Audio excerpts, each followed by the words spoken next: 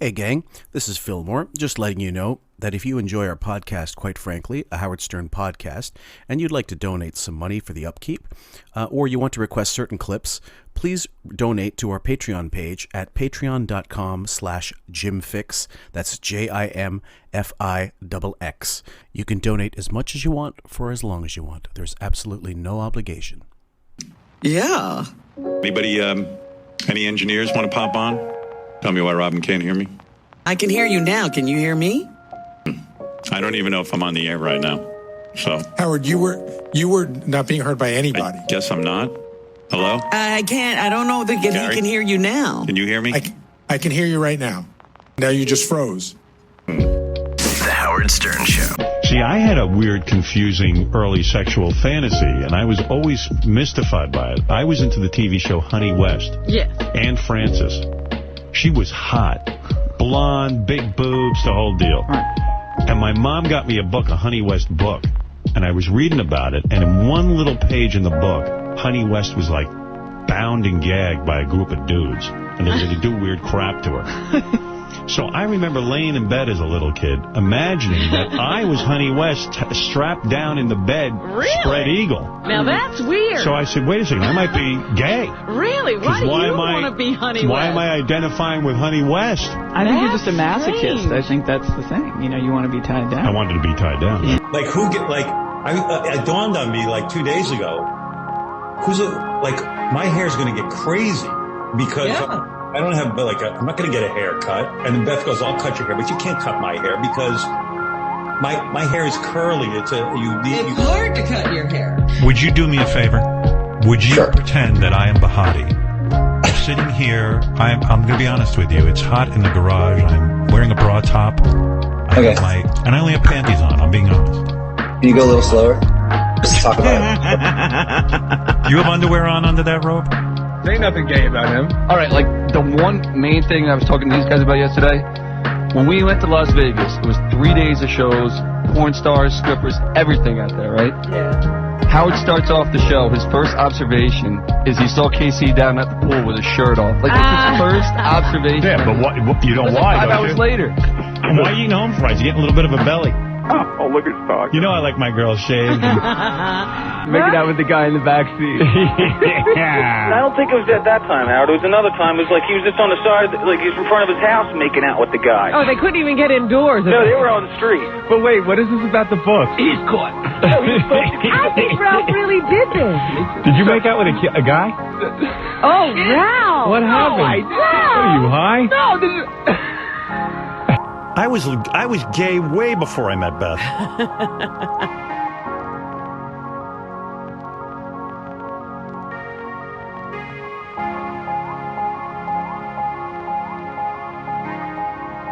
Welcome, ladies and gentlemen, for our long-awaited breakdown of, well, we're not going to give a date because there's so many dates and it spans from June until the 16th of September.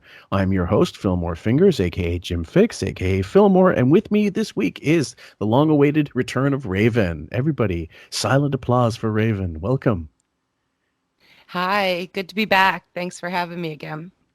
What had happened, guys, was we got a little busy with the NPD stuff, and we didn't forget about the breakdowns, but we just put it aside because, number one, the shows were getting a little more sporadic. Howard was on vacation for a while, and we wanted to get back into the breakdowns properly, and that takes a little more time because it's little clips you got to string together to find them throughout each show. But Raven likes to go through this because she's the queen of the mockery threads. She puts them together. We wholeheartedly encourage everybody who's part of the group or not yet part of the group to join for that purpose when Wiggy is in. And he's only got 33 shows, 37 shows, 33 shows. Which one is it? We are down to 33 or 32. Okay, so anyway, it's so much fun, and a lot of people are joining in to make up for people who have since kind of been lost in action because of work purposes or family situation. We're not sure, but either way, it's a lot of fun with the mockery. It's a great support group for everybody listening. Absolutely. So, are you ready to go through this one? Yeah, let's do it. Okay, we're going to go back all the way to June 17th, guys. And this is what because number one, I cut up these clips and I was going to be damned if we didn't fucking play these clips after all I got up. But what was very odd about this was it's a lot of trying to out Ralph. It's June 17th, and the backdrop is, do you recall exactly? Well, I remember this week was like giving a lot of history of the show, and it was like how Howard met Beth at the Mercer Kitchen dinner. That's and right. Ralph was there. Right. And it got into, do you think Ralph is gay with Right. Beth? And Beth just assumed from the get-go that he was. And then he got into this story of him and Ralph back in the day before Beth came into the picture. Mm-hmm. Well, the thing is, we're not going to go through the Mercer Kitchen stuff because it is a long, drawn-out thing, and we just wanted to get as many clips of more recent. But I had certain ones in this day. The backdrop is he's going through the blackface controversy, and this is my contention. This was a setup for him to possibly come out if the blackface thing reached a fever pitch and he was in danger of getting Me Too'd. So he was going to set this up for, well, Ralph is gay, I'm gay, and that's going to, because the only thing to get out of a controversy or a scandal is to create a bigger one. And in their demented minds, in their back office, I believe they were saying, how are we going to handle this? You can't just come out. You're going to have to do a sort of... it was a redirection, if anything. Yeah. Absolutely. So... See, that week we heard about Robin and her abuse. Mm-hmm. We heard all about Howard and his climb to the top. Then we heard about him and Beth. So it was sort of like trying to make him more human. And the Ralph came into the picture to sort of like puff up his history. And it just happened to go along with him meeting Beth. Yeah. So the blackface issue came up. And we heard about on Monday after that, Howard's climb to the top and all that he'd been through and all the things that he was doing to be outrageous, and they weren't really him. It was more of entertainment. And then on Tuesday, we heard about Robin. We heard about her abuse. We heard about how tough of a life she had and how her and Howard came together, and her cancer. We also heard about how rough that was. So that was more of like a sympathy show. There was nothing funny about it that day. Wednesday, we heard about how he met Beth. And then the Ralph story that we're going to play came up right after that.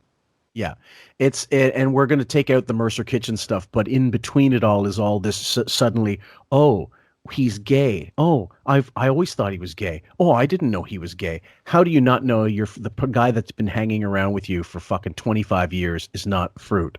Like, if you're friends, this is the first thing you'd find out. There were so many stories of him like grabbing people, grabbing other men on the staff at parties. Yep. Everybody had been pretty much Me Too'd by Ralph at some point, and Bowie comes in to admit that. Yeah. So we find out a whole lot during that week, like that, and we know from listening to old clips that Ralph goes out and parties, and Ralph hung out with Sam Simon and John Stamos, and those people have a history that's a little cloudy too. So it just goes to show you that they can't keep their story straight. They're constantly changing and morphing into something else for whatever purpose they're trying to achieve that day. Yeah. Not only that, this scripting, we say often it's scripted. Planned is a better word in this case. They were I absolutely 100% believe that this was some backdrop to prepare for if the blackface thing suddenly became like so scandalous that he was going to be dropped from Sirius right away.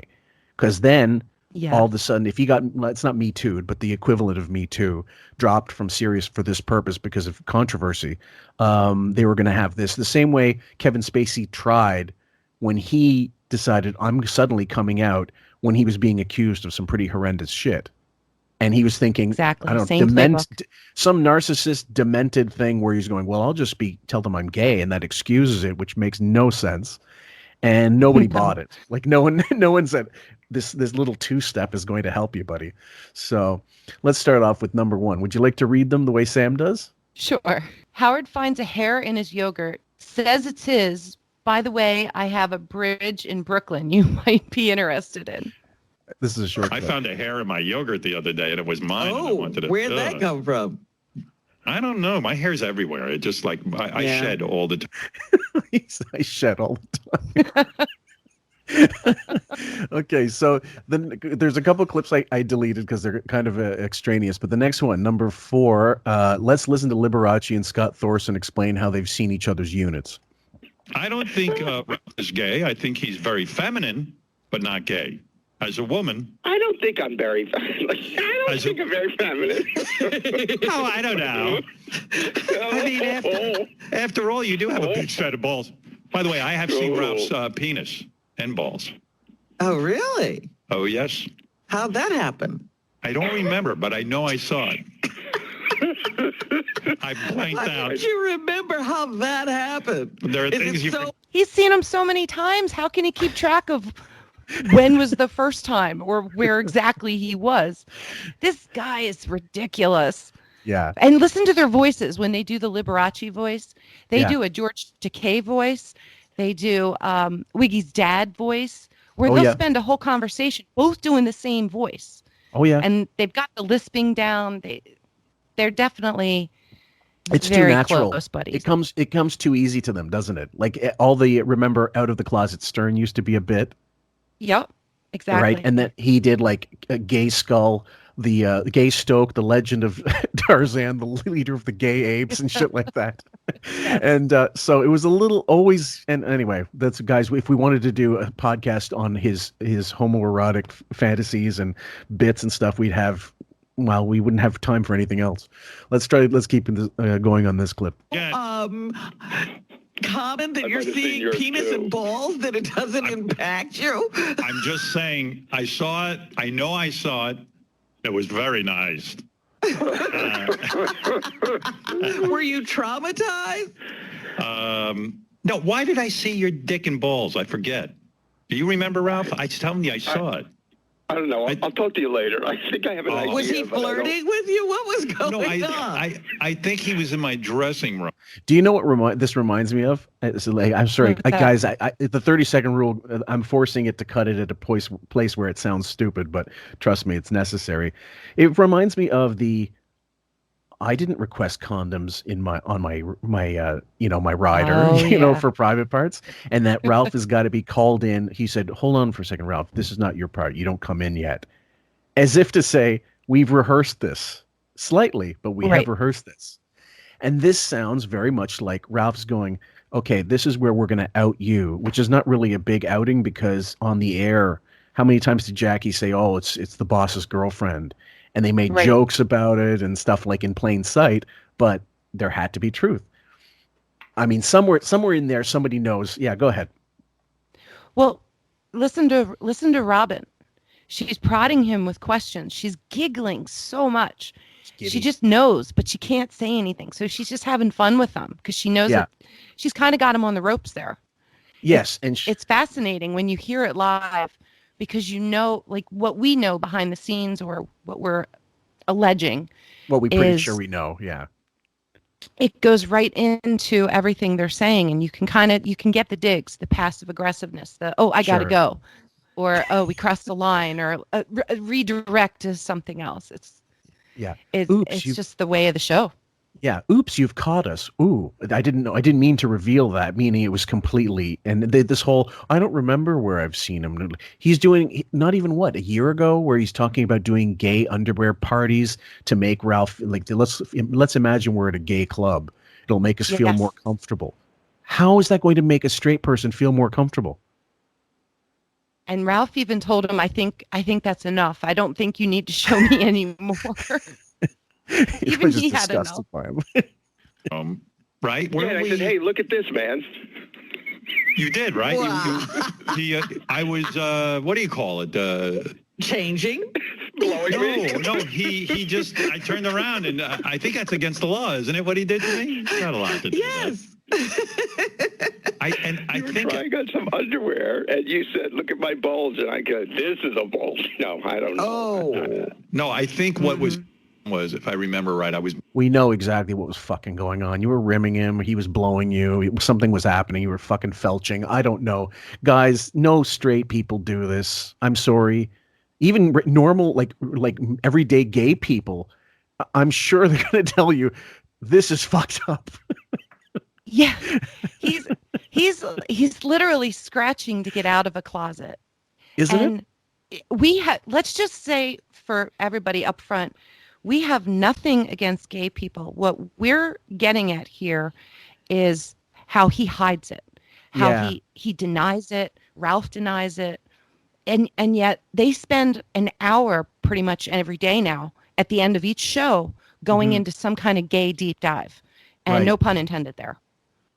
And no, and not that this stuff happened for such a length of a show back in, let's say, even 12 years ago during the first Sirius contract, or even 20 years ago.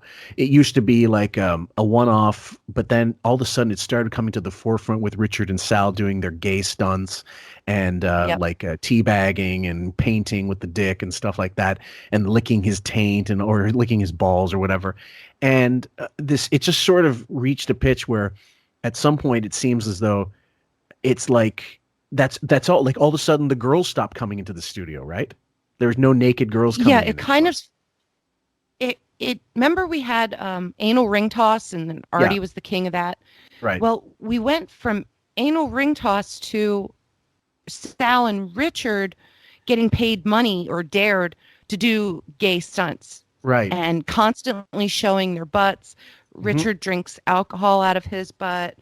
And Sal puts his balls in his ass. That happened this year. Okay, so what's in my pouch?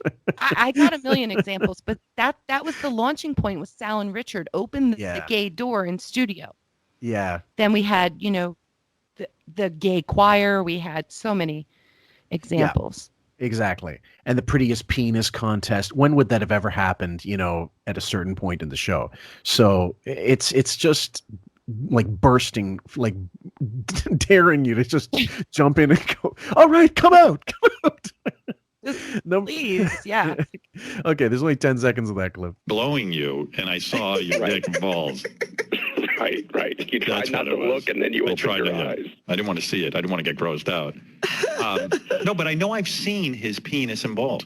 Okay, now you also know that Robin's laughing because she knows what the truth is. Like that sounds to be all very knowing. The laughing, the giggling, the fucking poking. It's just out there. They know. Everybody knows. They all know. Yeah. Number 5. Hello, Frisco. But when you statement, you didn't see mine. I think I might have. Oh no! Really? What? Yeah, it wasn't embarrassing or anything. I must have been passed out naked. Yeah, there's the plausible deniability, right? We're gonna believe that you were an unwilling participant because you don't recall this either. You probably Bill Cosby'd me, you fuck. Listen, there's a lot of gray area. It was nothing gay. I assure you. I will never forget. How could cock and balls and two guys be together and nothing gay? The gayest. I've told this story a million times, but it's been in my mind after yesterday's discussion. It was the craziest fucking moment ever with Ralph. Okay. Thank you, Robin. Exactly. Can you read number 6, Raven? A gopher shaves a pelican's belly just before a horse walks in. Now, this is not exactly true, guys, because it was during the Allison days, but it's just funnier if you throw a horse in instead. And he says, no. Upper. So I'm hearing this and I go, I don't know. I'm a fucking dude. I don't shave my fucking hair. He goes, let's go to the backyard. Let's go in the treehouse. My kids were young, I was home from work and he came over to work, if you want to call it work. And he goes, dressing me as a treat. But he comes over and he says, let's go in the backyard because you don't want to get hair all over your bathroom. Okay. I think we've discussed this before. You have a wife that at that point wasn't working, could easily do it for you, but you get your bisexual or gay friendly stylist to come in and do it for you. Warning bells? Alarm bells? Oh no, sounds perfectly normal to me. I mean, come on. Who doesn't do that? Let's do it in the backyard. Wouldn't you want at the very least to keep it somewhere extremely private? I don't get it. I'll shave you down. Let's go in the backyard. So I'm like, well, the kids are at school. My wife wasn't home. Do you have neighbors? No one was around. It was on. Yeah, well, no, I put a whole bunch of bushes up and stuff, so it's kind of secluded back there, and everything was cool. That sounds like two guys talking about the time they fucking cornholed each other in their backyard. It doesn't sound like a shaving thing at all. So, no, I don't know. You guys, you judge for yourself when you listen to this, ladies and gentlemen. We're just playing you the clips, and you can draw your own conclusions. If you think we're full of shit, tell us in the comments section on YouTube, Podbean, whatever, Spotify, whatever you're listening to. I think it was on a patio. You had like a patio out there or something. It was a deck, like a wooden deck. Yeah. It was a nice deck, and I figured, well, all the hairs will fall right out onto the ground and blow away. Right. So I hope no helicopters or planes flew over. No, very secluded. And I had a gate, so nobody could accidentally get in. The only person around, there was a guy that I met who was a contractor, very masculine guy. He served in the military. Oh God, this is right up his alley. And wanting to get caught, that I have the whole fantasy, like, you know what I mean?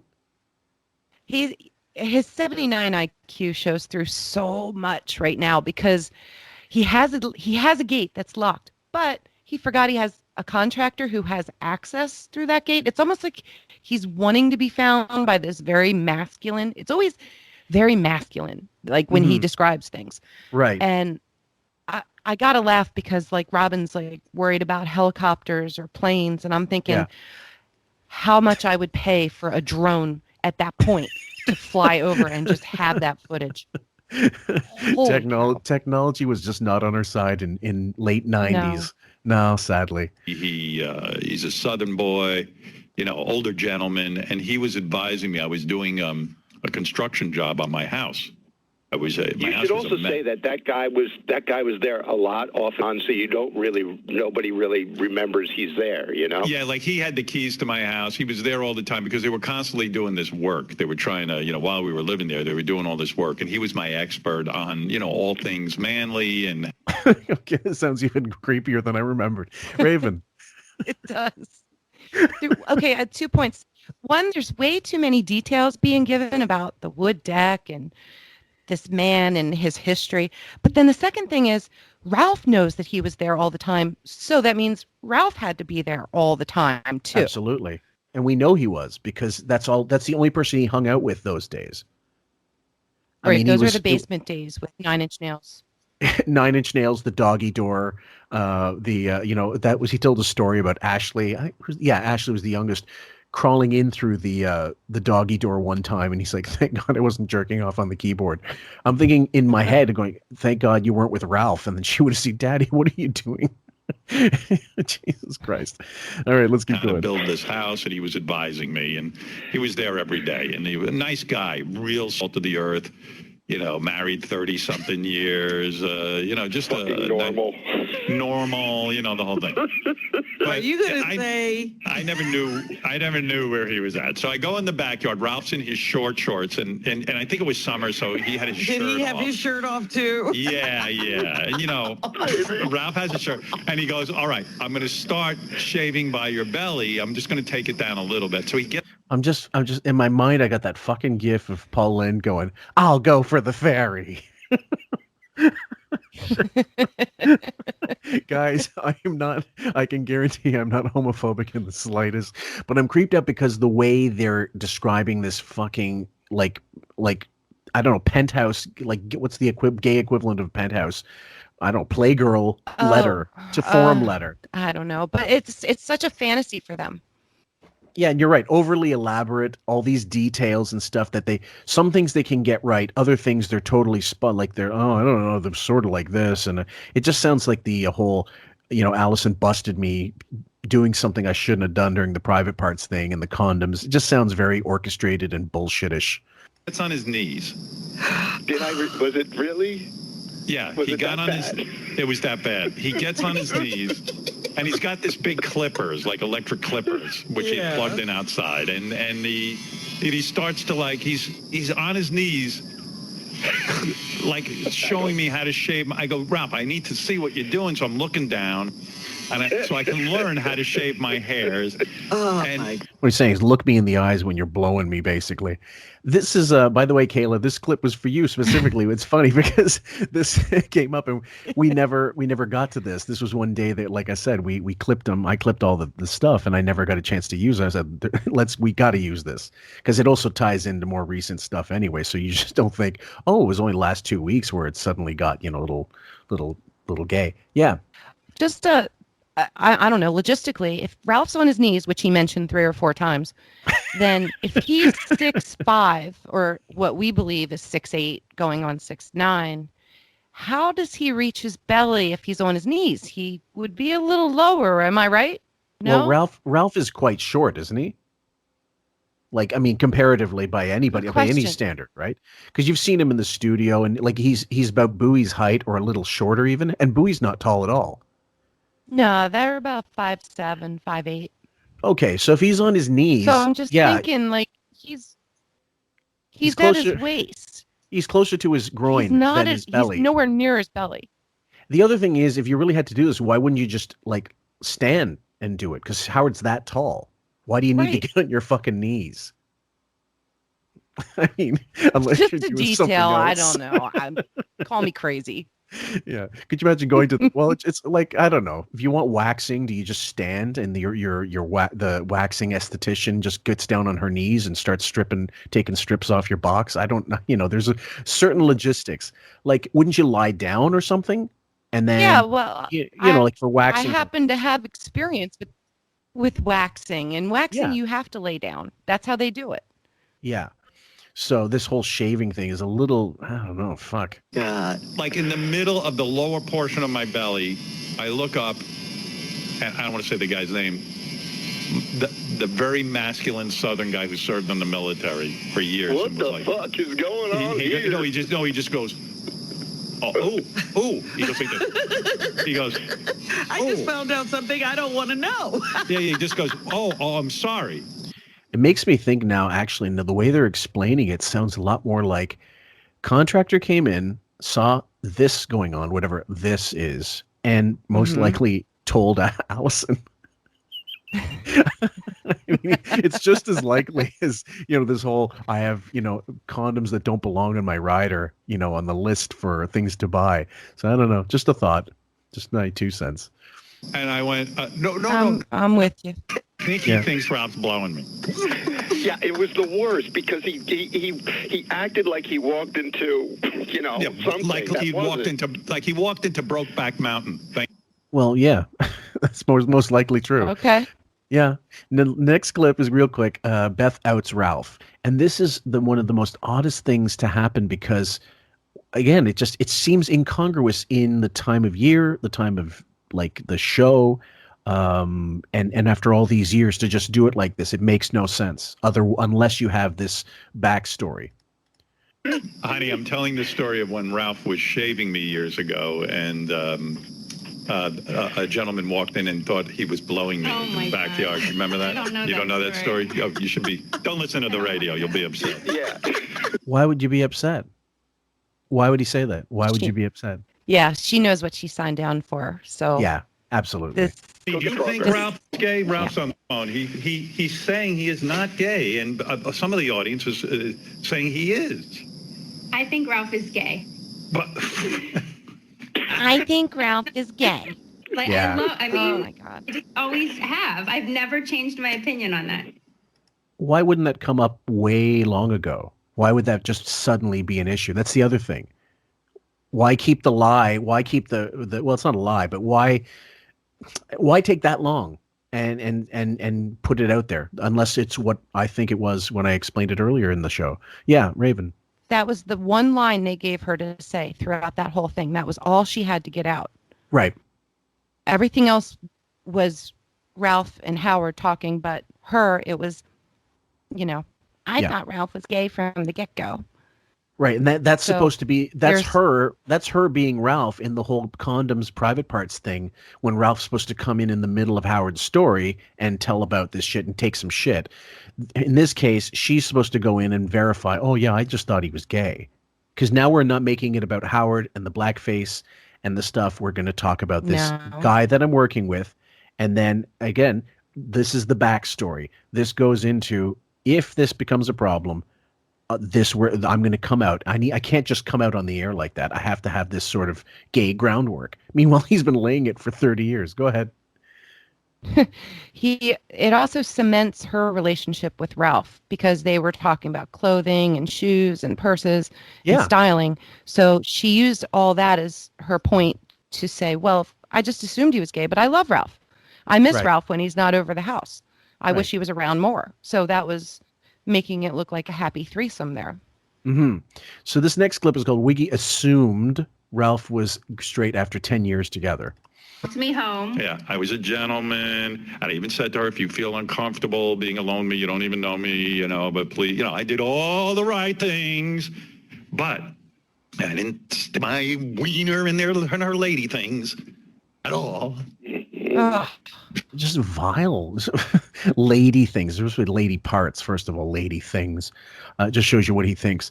The other thing I just realized, guys, and this is the truncated part where you don't hear about the Mercer Kitchen bullshit, that again, I'm going to reiterate it. It's going over old ground. One of the first things you figure out about your friends is their sexuality.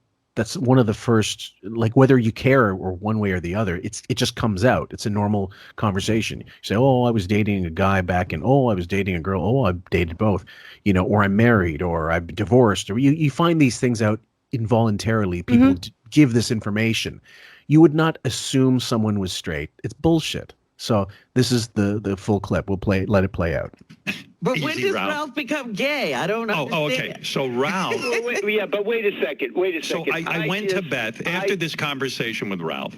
I went to Beth. But wait, I said, what? No. I didn't say it like you're saying it. I wasn't upset. I just said, like, hey, I was talking to this girl. You don't even know if I liked her or not. And okay, like what are they this good actors that they can pull this off, Raven? Your thoughts? I really hate listening to Ralph all the time, because he can't spit out a sentence without stuttering, repeating himself, and just it's so annoying to listen to him. So he's hard to follow, and I think that's part of his sketchiness. Is you can't ever nail him down to anything. Right. So these stories are just on the fly, and it's however they want to spin them and whatever light they want to appear to be in. That's just my take. Well, they're not smart enough to, first of all, rehearse it properly or make it sound natural or organic. It just sounds always contrived. And then you're right, the stammering, you really hear that during the Artie, tells the story about him stealing money from a poker table and from tip for a waitress. And then when he's asked to explain things, like, what was that? Like Cabby used to do the same thing, or, oh, I'm sorry, I didn't hear. Oh, I don't remember. All these, what was the one guy called in? Ralph, if you're ever called on to testify, don't ever do it, because you'd be a horrible witness. Anyway, let's play the rest of that. And I thought the same thing of Beth. I thought I was friendly with her. I thought she was really nice and stuff, but I wasn't trying to pick her up. But I was saying to you, like, hey, how do you know I wasn't trying to pick her up? Maybe you should have checked. That's all. I was checking in with you. You were right. Like, hey, listen. Man. And I felt really guilty. I had not taken proper care of my friend. Okay, just due to the break. Hold on, guys. I assumed that Ralph was straight and that he was right. Like if he was in the middle of connecting with Beth and I came in, stole her away, I had really fucked up, and I felt guilty. Like I felt like I don't do that to my friends, and he was the guy who got me to the party and everything. And Ralph is a really good friend, and I did feel guilty. So I went to Beth and I said, I feel terrible. That's utter horseshit. He's a narcissist. We've covered that in full depth. Doesn't care. Never felt any guilt. Didn't feel any bullshit. This story, just the worst fucking narrative on the planet, guys. Yeah. This is like William Goldman needed to fucking touch up this script. Not once. What?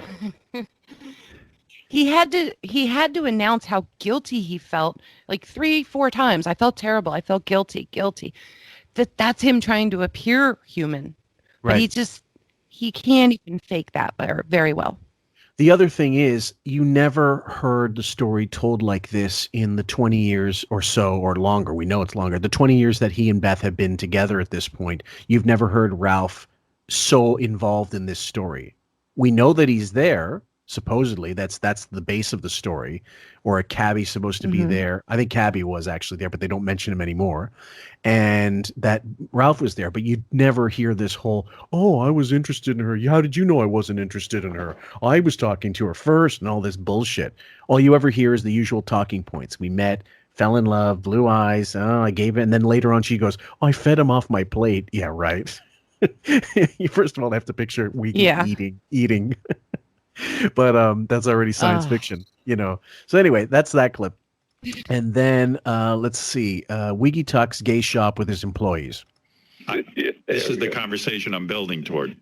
Right. I went to Beth and I said, I feel really bad. I just spoke to Ralph, and he never, ever really criticizes me. He's always, you know, but he's up front.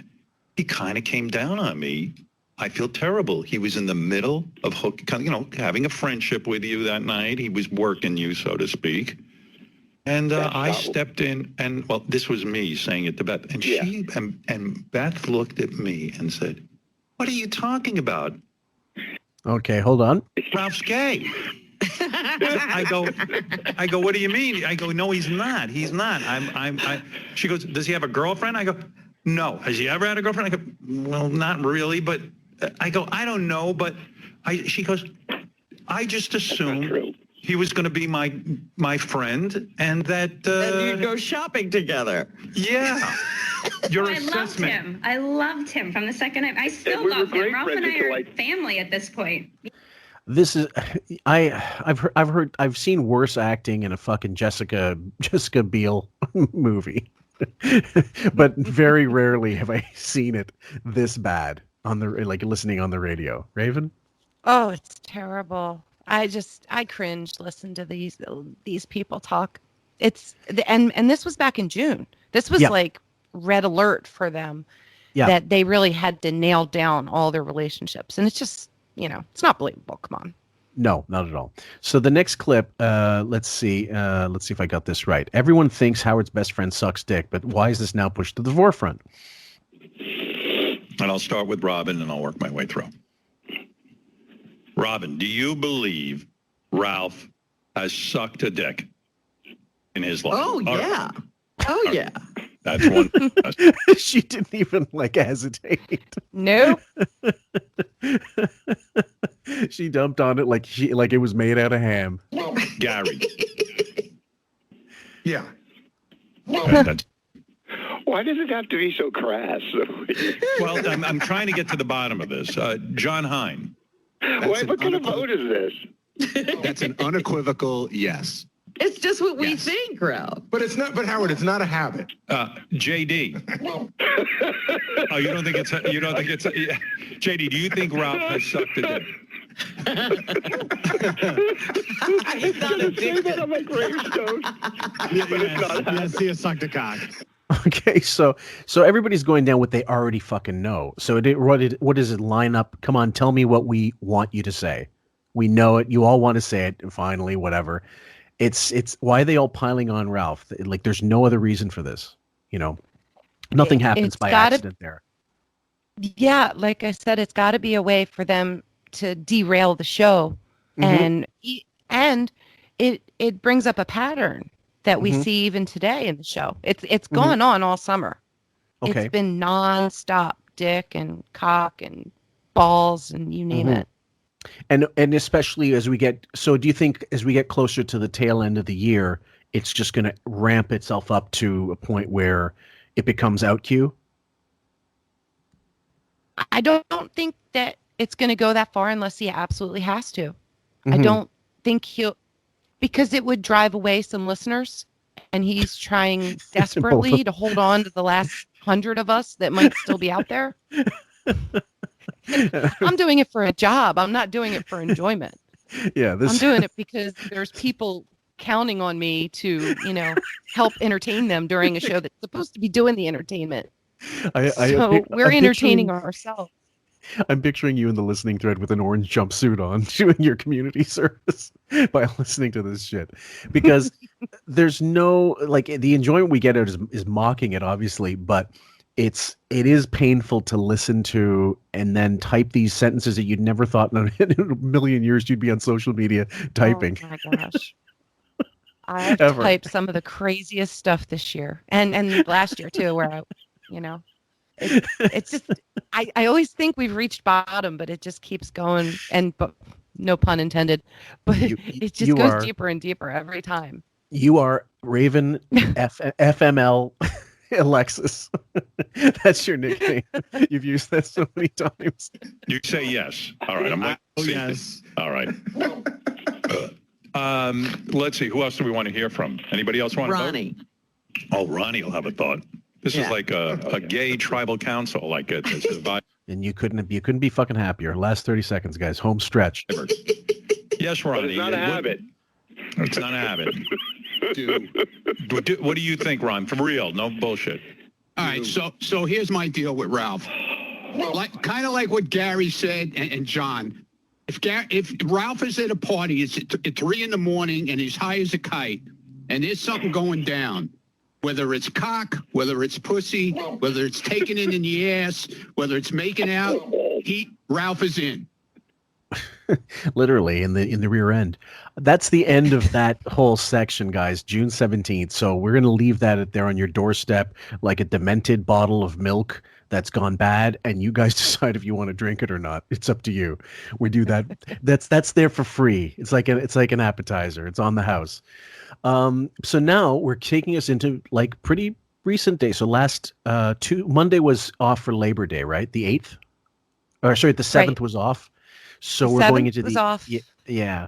So the 8th was when we got back. And since then, of course, the first clip is called Shuli paying his dues in Alabama now. And we are not going to give Shuli undue shit, even though I think he's an awful human being. I hate what he does with the whack pack stuff. I just think he's an awful comic. I have no respect for him whatsoever. But over the years, you learn these things, you hear about them, and you know that, first of all, he was a part of the news team originally, right? Right. Okay. So it was in the very beginning. He was a caller from Vegas before that. He worked at an airport. That's correct. He lost Win John's job. Sorry, my elocution has gone in the shitter, as well as his stand-up career, and but that was set up. Chauncey explained when the old place, when he did a podcast, he explained that it was all set up and, it was prearranged 10 weeks of bullshit. So they didn't actually have to work, and that Richard was going to win and Sal was going to get employed, and they're both getting employed. But Shuli, for whatever reason, his wife and kids have moved to Alabama. He's gone with them, and it's COVID 2020. I don't know. I don't care. That's their business. And we're not going to try to destroy his life, which may already be in a shambles. That's his business. But on the show, you've got Wig Vomit and the Fat Woman basically trying their best to shit all over him, as only they can do. Raven, when you heard this, what was your first your takeaway? Well, my whole thing was that he probably couldn't afford to live where he was living because it's really expensive in Queens or Astoria. And he couldn't do the stand-up gigs because of COVID. Yeah. He was trying to do outdoor stuff, but he may have done one or two this whole summer. So he wasn't bringing in that income that he needed to survive on up in New York. And apparently his wife couldn't make money either, but she can make money in Alabama. And they have connections down there. I'm not sure exactly what. That's none of my business. Yeah. So for him, it's cheaper. And it's all about, he mentioned safety, and I get the safety thing. Like, your neighborhood's bad. There's shootings, there's attacks, assaults, murder. Sure. But mainly it's what drives most people is money. So I'm guessing that it was a monetary thing that put him and his wife down there. And regardless of anything else, he's made a decision, and it doesn't, Howard said that he's not going back in that studio till the end of next year. 2022. So right there, if I'm on the staff, I'm thinking, well, I could save some money if I moved away from here for a while, because obviously I'm not going to be back in studio. Well, what didn't shock me was then what Shuley admitted. He said, we've been renting in New York for 9 years. That would presuppose to me that that would presuppose that he just didn't have enough money to bother wasting on a mortgage, and thought also he thought, this is up in the air. I don't know how long. I've got a boss who constantly dangles in front of people, certain amount of years, and then how do I know I'm going to be employable after a certain point? So it sounds to me that since the second contract, the one from 2010, Shuley's been sort of, oh God, I don't know if I can do this, whatever. And he said, I've got audio clips of him on the wrap-up show ages ago saying, if it wasn't for the stand-up, I could not afford to live in New York with the money they pay me. So I would hazard just to say that he was getting maybe like mid 5 figures from Howard, like 50, 40, anywhere from 40 to 50,000 for doing the news, and that's it. Because he's a cheap bastard. He's a cheap bastard. So all the news people, I think like Penny Crone and Lisa G might have got a lot more money because they're a lot older, and that was their gig, a news beat, whatever, before they got let go as well. But Shuley's just a pothead caller, the same way Will was a caller, and Ralph was a caller, and Ronnie was a fan. So he would have worked for nothing, and he did work for nothing as far as I'm concerned. So we'll play that first clip, and we'll play this first clip. Just one sec. What if the show goes back to working in Manhattan? I'm assuming at some point we will go back. What will you do then? Will you come back to New York, or will you just abandon the show? Well, when I talked to management about this ahead of time, I didn't just pick up and leave without letting anybody know. I worked this out ahead of time. I was told that while we are on a work from home basis, that it doesn't matter where your home is as long as you're able to work. And my issue, okay, 30 seconds, guys. My issue was my family didn't feel safe. My 10-year-old daughter didn't feel safe. My wife didn't feel safe. And I made a decision based on my family. I put my family first, and I wanted them to feel safe. And so I came out here. Well, I didn't know shit. I'll be honest with you. I didn't know shit about Alabama, and I came out here because I got to a point where I said, if we're gonna pursue this, I got to go out there and see this community and see what the hell it's like. Because much like you, and I'm sure most of the staff. Okay. Before we go any further into that, the other thing is this, guys. It's ironic. During Hurricane Sandy, Shuley couldn't wait to abandon his wife to stay in studio and be in the Artie chair for the one, I don't know, week it was, or a couple days it was. And then everybody else was taking all this shit like, can I count on you? Why isn't he saying that to Shuley? But he is saying that to Shuley now. So let's continue. You hear Alabama and you assume, rednecks and shit kickers and all this stuff. Well, when we came out here, it couldn't have been more of the opposite. It was really great. I'm not saying you're wrong. I'm saying, JD now broadcasts from Siberia. He moved there. His house costs, he's got a 10-bedroom house for $17 that he paid for it. And this bothers me because I don't like JD any more than I like Shuley, but shitting on your fucking low, no rent fucking staff is probably the most distasteful thing you could do if you're a multi-fucking millionaire, and you got you're in Castle Skeleton off in Long Island, in the fucking Hamptons, and you're shitting on your employees for doing what they want to do for their spouses and families. Fuck you, Howard. Sorry, guys. Little rant. Siberia. So he's there right now. Let me ask you a question, Howard. Let me ask you a question. Let's say there's a vaccine in October, November. When do you come back into that building? Well, again, you're asking a question that is difficult to answer. It's the same question you're asking me. When would you ever hear Shuley speak like that to Wiggy ever? No, he's backed into a corner right now. He's really fighting for his job, for his reputation. Mm-hmm. And someone pointed out not too long ago, I'll say this real quick, that on his website, some of the Stern affiliation stuff has been scrubbed off, as if to say that he is angling for life after Stern, meaning that he doesn't have a job at the end of this year. And I think that's the case. I think Brent left before they could get rid of him, or they had to get rid of him. Mm-hmm. And then he jumped before he was pushed. And Shuley's going to do the same thing too. They're all going to get let go. And I think Robin and Fred too, but that's another discussion later on. Vaccine. No. What I'm saying is, if I have to go back into the building, I'm not in Alabama. I don't live. yeah. I'm a bit closer than you are. I've That's got an fine. And apartment listen, and if we get to that point, to that point where we're all coming back to that building, then we'll figure something out. We'll figure something out. But you would. Yeah, go ahead. Notice Howard never says he's going back or when. He never nails him down on that one. He just says, I happen to be closer. Yeah. And have easier access. But he never says when he'll go back, even after all the vaccine stuff. Of course not. And He's so sketchy. And one of our new posters, I was just chatting with her. She's a longtime fan, and she's from Jersey, and she says she lives not too far away from where Robin lives, which is a gated community. I don't know American geography. I know Jersey is next to New York. I know that, but it's, if she says gated community, I'm assuming it means exclusive. Bigwig bullshit like security fences, gates, all that shit. No? Right. I would agree that you need, it's something where you have to have a code to get buzzed in. Sure, absolutely. And there's security cameras. Yeah. There's by gated, that means there's security there to let you in. Sure. Or you need a passcode, or you need like a clicker, or some form of entrance into this fortress that she lives in. Yeah, so there's maybe armed guards there by Castle Ben and Jerry's. All right, let's keep going. And I both know nobody knows what the fuck they're doing with this thing. Nobody knows how to fucking contain this. Why are you so angry? Why are you yelling? Why are you getting worked up? Because I think it's silly that I'm just asking if somebody's. He right now it's funny. It's a parallel. Same with that Hurricane Sandy thing. Doug Goodstein was the one giving Howard shit when it was Hurricane Sandy.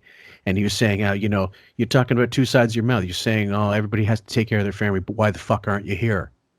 And that's kind of what Wiggy's doing here to him. It's ironic how this kind of cycles back around. And again, it's Julie's fault. Why are you getting angry? Why are you getting upset? Mm-hmm. It's your fault. Thank you, Bob. Thank you, Bob D, for showing us the light. I was explaining to you. Julie, you sound defensive for a guy who I'm saying, Julie, how did you come to Alabama?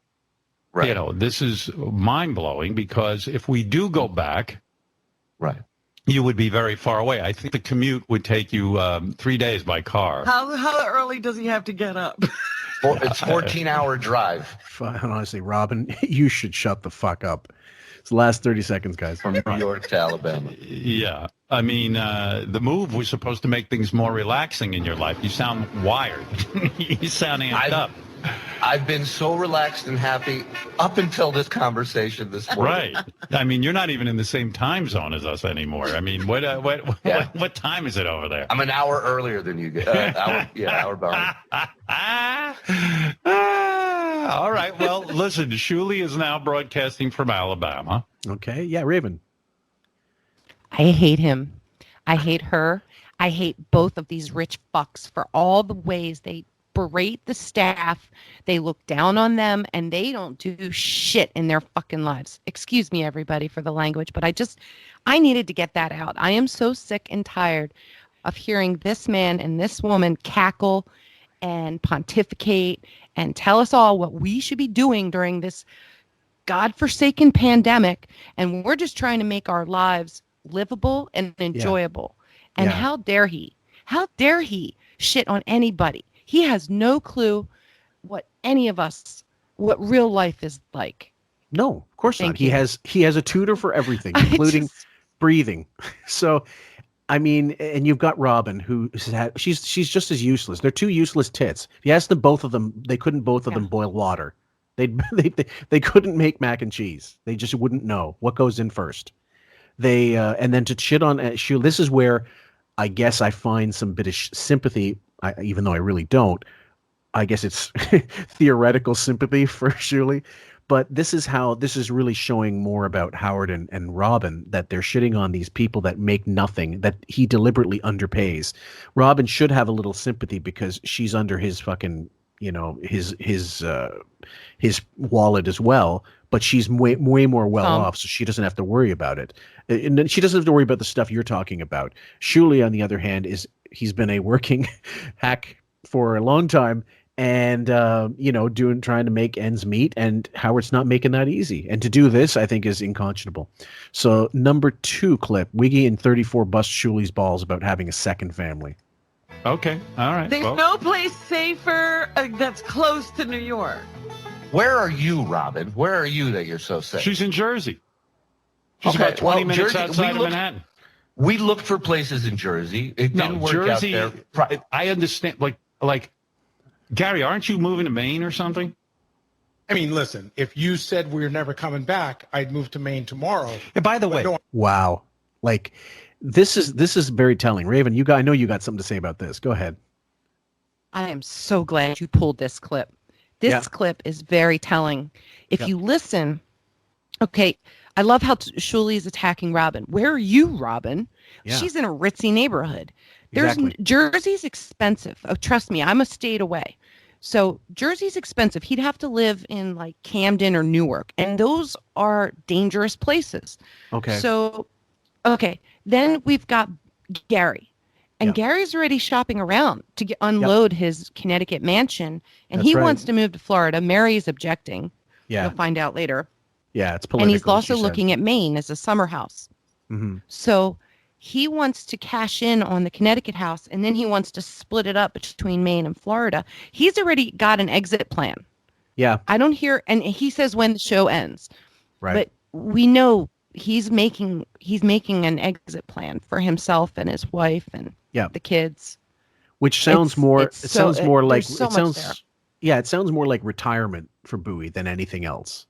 And years ago, because one of the discussions we're not going to go into is about are they so well off? Can they, like, who gives a shit? I personally don't really give a fuck what happens to them professionally, but Bowie made it always sound, and I know a little bit about his finances from what he's divulged on the air, that I don't think he could retire if he wanted to, not unless they wanted to downsize their lifestyle, which they'd have to. And that's what this sounds like they're going to have to do.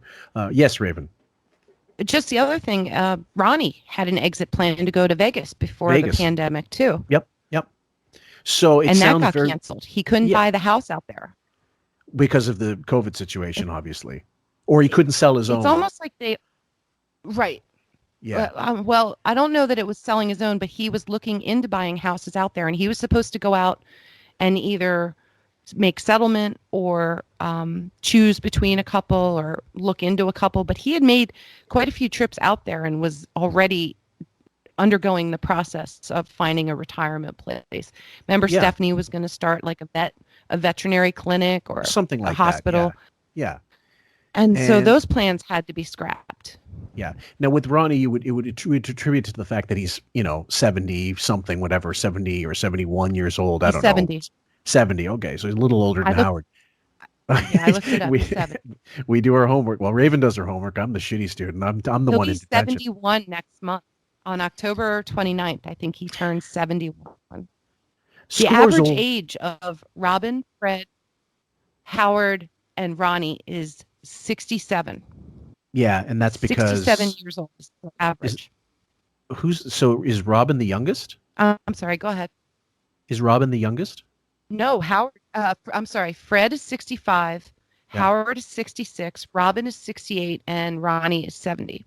Okay, that makes Bowie the youngest if you want to include him into the mix. But he'd be like 60, maybe 59, something like 59, I believe. It was his last year in March. Okay. God, I know way too much. So and this is the thing that guys, it bothers me because it doesn't bother me, but it makes me annoyed that a fucking tens of millionaire can't make sure that everyone in his circle is taken care of well in advance. That's why I'll always praise Jay Leno because he took care of his staff like you have no idea, no conception how he took care of his fucking staff when they were on strike, whenever this was happening, whenever they had to leave.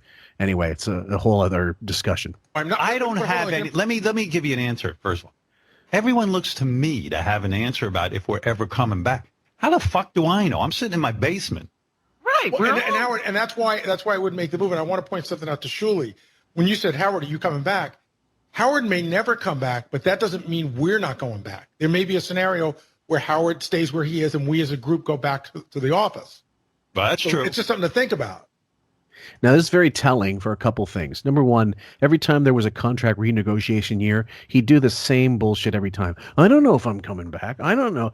And then at one point, there's a clip I pulled where Gary said, he goes, Stern goes, well, listen, you tell me what your plans are and I'll let you know when I'm going to. And then Gary said something like, yeah, the last person you said that to went to the Tonight Show. It's like, and I laughed fucking hysterically when he said that, because that was not a shtick. That was him saying, listen, asshole, you don't fucking take care of, you're supposed to give us well in advance notice. When he got rid of the fucking Howard TV crew, who knew that their thing was set to expire, when he decided 2-3 months before it actually happened that they're not coming back, what a kick to the fucking balls. Yeah, you wanted to say, for sure. I lost my thought there. I'm sorry. Oh, yeah.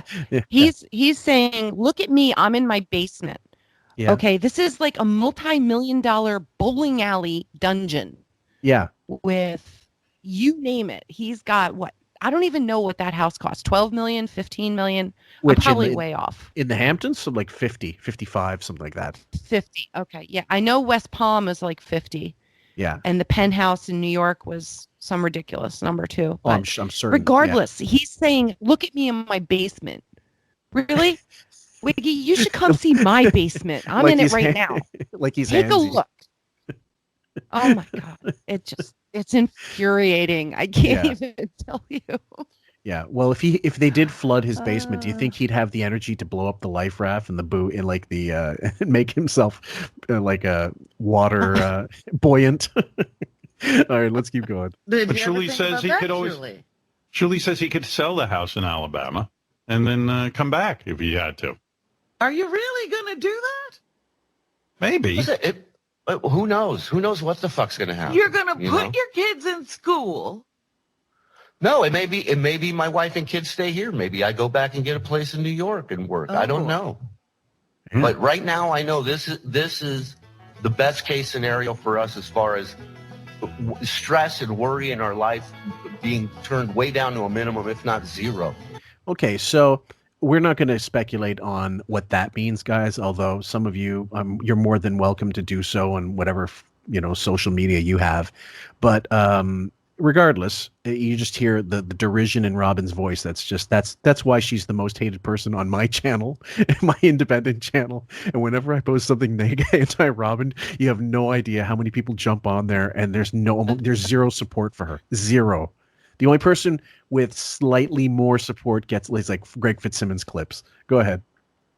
What does Robin know about a family and kids? What Nothing. does she know? Nothing. Zero. Nothing.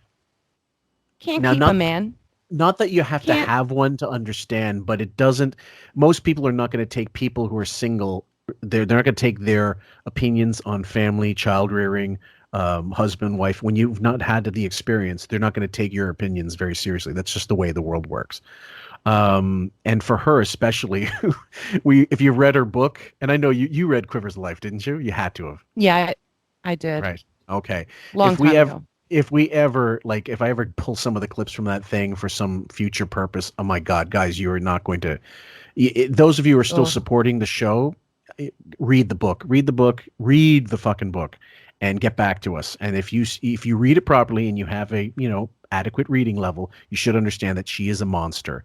And this is like her casually showing it, not the full extent, but pretty close compared to where it was. I don't mean to put you on the spot, but is this a big plan to ditch your family? Like you put them in Alabama, and then after COVID's over, like you just start like living your other life in New York or somewhere close by? Do you have another family maybe that I barely can keep one. Yeah. That's poking. That's too fucking close to the fucking bone, I would say. Any thoughts? Boom. Oh my gosh, the irony alert is off the chart here. Absolutely. Who ditches their family? Let me think. Mm-hmm. Who hides in their basement? Who gets a penthouse in New York City? Who could that be? Who leaves their family and lets their house go into foreclosure? Blobbin. I don't know. Who does that? Think. Yeah, exactly. No, it's not coming to me yet. Yeah. Can you read number 3, please? This one is a very odd diversion, but it's in there. Okay. Sideways, star fucking, and lathering his pud over Machine Gun Kelly. Right. And I didn't know who he was, That's but beautiful. a blind item came out saying that he's in the closet, and that makes perfect sense why he suddenly got nuts over him and why he's going to be coming into the show. And he was genuinely excited about his award, and I found that charming. But he was wearing like this pink suit, and I was like, "This." I just fucking disliked the guy. I didn't like his name, Machine Gun Kelly. And I even said to my wife, "How do you call yourself Machine Gun Kelly? I mean, what are you into? Machine Why are people guns? even buying into it? Yeah, Like the real Machine Gun Kelly, I think it was because he had a machine gun. yeah. He actually had a machine gun. Probably killed a lot of people with it, but." Okay, guys, again, 79 IQ. He doesn't know history. He doesn't know anything. He doesn't know. He has no interest in anything. So why would he know? Yeah. I'm pretty sure he claimed to watch the Motley Crue movie that came out last year, The Dirty. The Dirt. He was in that. The Dirt. Oh, was he? I'm sorry. No, it's all right. Yeah, he had a lead role in that. He played Tommy Lee. Oh, really? Okay. I read the book, and it was an amazing read, but I would never. I heard that the movie made you want to read the book instead. But that they got legitimate actors. It wasn't a documentary so much as it was biopic, and so getting actors to play, Mick Mars, whoever the fuck else. So he played Tommy Lee. Yeah. Yeah, Wow, he did a decent job. I mean, I gotta say, I'm not a big fan of Motley Crue, but it was more of like the whole movie was just, what is it, a guilty pleasure for me? Sure, because I know the music and the story was kind of, I want to say it's fictionalized a little bit, but some of it, no, I mean, some of it was definitely real. They had an Ozzy Osbourne appearance in it, and there's outrageous stuff in there, but. That's the rock star life. They were trying to get that across, but they also had a human side to them and how they broke up, got back together, whatever. It's Machine Gun Kelly in that. So props to him for trying to act. He couldn't defeat Eminem in a rap battle, but he could do that. So that's the way he's going. He's dating Megan Fox. Wiggy's got a ton of stuff to ask him, but we know where he's going to go. We all know how this interview is going to go. Yeah. And isn't acting wonderful? Just so much. It's funny though, when after so many years of archiving clips, the only thing, when you mention Motley Crue, the only thing I can think of is the Richard Christie parody that he did for KC. Guys. One of my favorite songs. Yeah, those are the days. Yeah.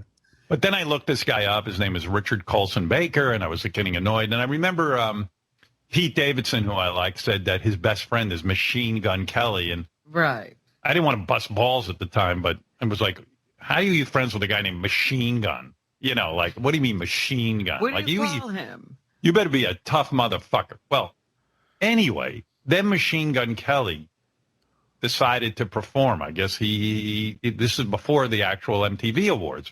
That's why it's called it sideways star fucking. If Pete Davidson is cool with this guy, I have to be cool with this guy. I want to know the cool people, all the cool kids. So I'm not going to talk shit about him, even if I don't know about him.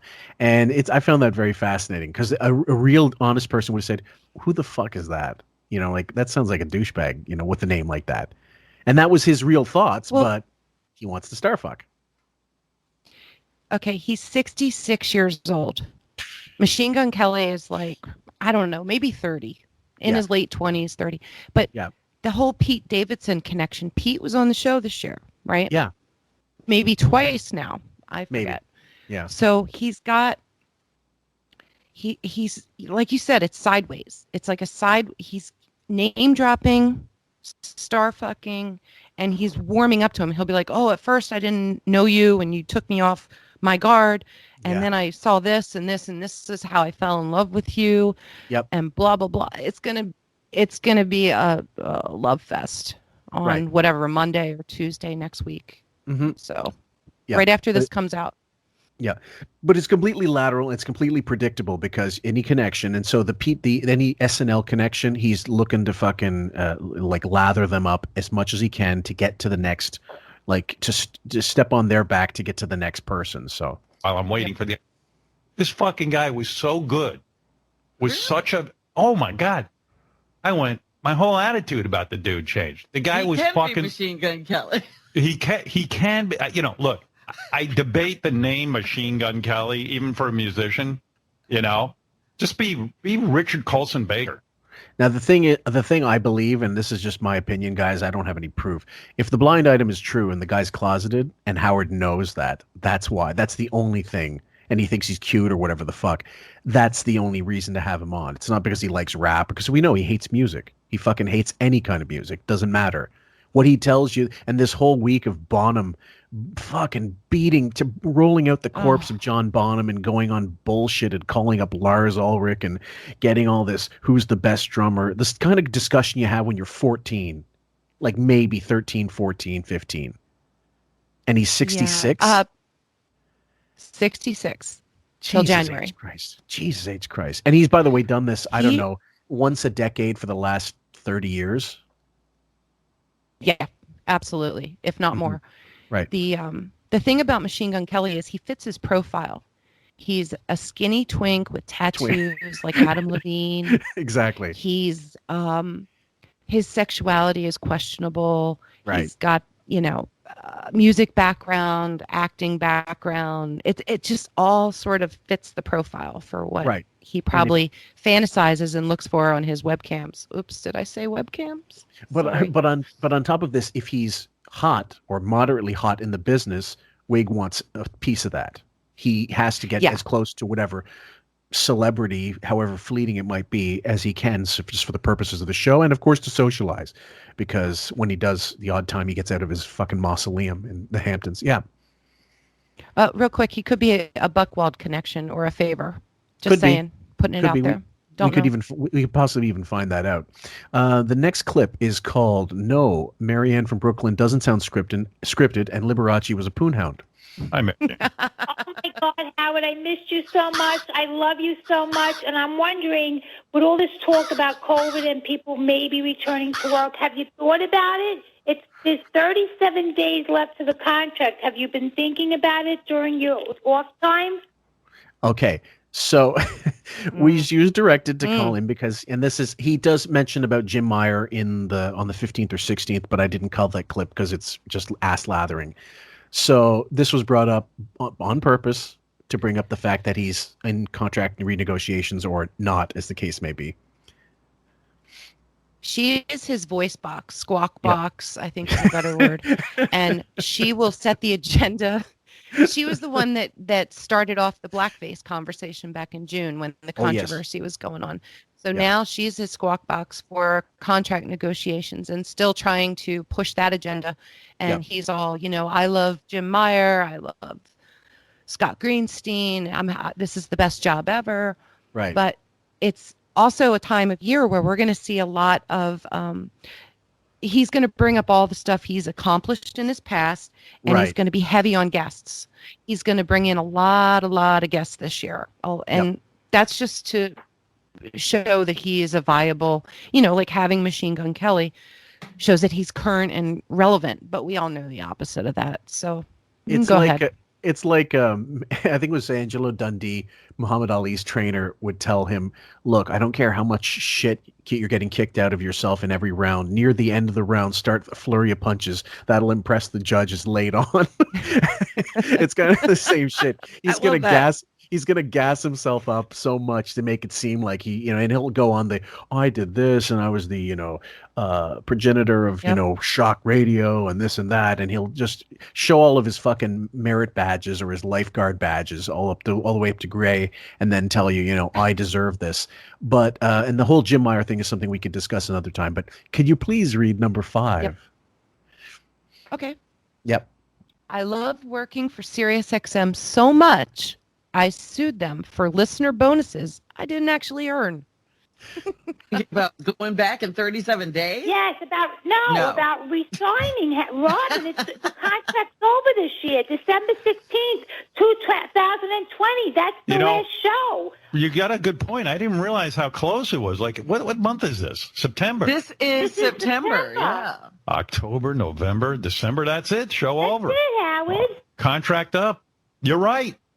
What is Sirius doing? Has Sirius not even called since COVID? Well, look, No. Now, I've already said, Sam said, Raven might have said earlier, we don't believe, I'm at least, I won't speak for Raven, but because I don't recall exactly, and she can speak for herself now. I'm 100% positive they're not re-signing him, so get it out of your minds, guys. The Reddit mole says, oh, they might get a Netflix type deal. Don't buy that either. I do think that if the one proviso is if Sirius does hire him back at the end of the year, it will be without Fred, without Robin, without all those people for a modicum of money, like 10 million to just be in 2 hours a week, or like 2 hours a week, or 3 hours a week, or like twice a week for 1 hour, something like that, because he will not be able to be retired. He just will not be able to be completely irrelevant as opposed to 99% irrelevant as he is. Yeah, Raven. Totally agree. He cannot be. He needs to have a forum to speak. Yep. He needs somewhere to be seen to get his voice out there. I was all in on him renewing his contract on to a lesser degree earlier this year. Right. Now I'm starting to think a little differently, just based on, with Shuley, with Bowie talking about getting houses, the whole pandemic, him not going back to the studio. Mm-hmm. And I think that we might get a very minimal schedule of him. Yeah. But I think the staff is going to be demolished. Yep. And it's going to, right now, it's who do I absolutely need? Because he was talking to Kimmel about TV and the workforce realizing they don't need as many people in TV as they thought they did. Mm-hmm. That there was a lot of things people could do from home. And he's picking up on that.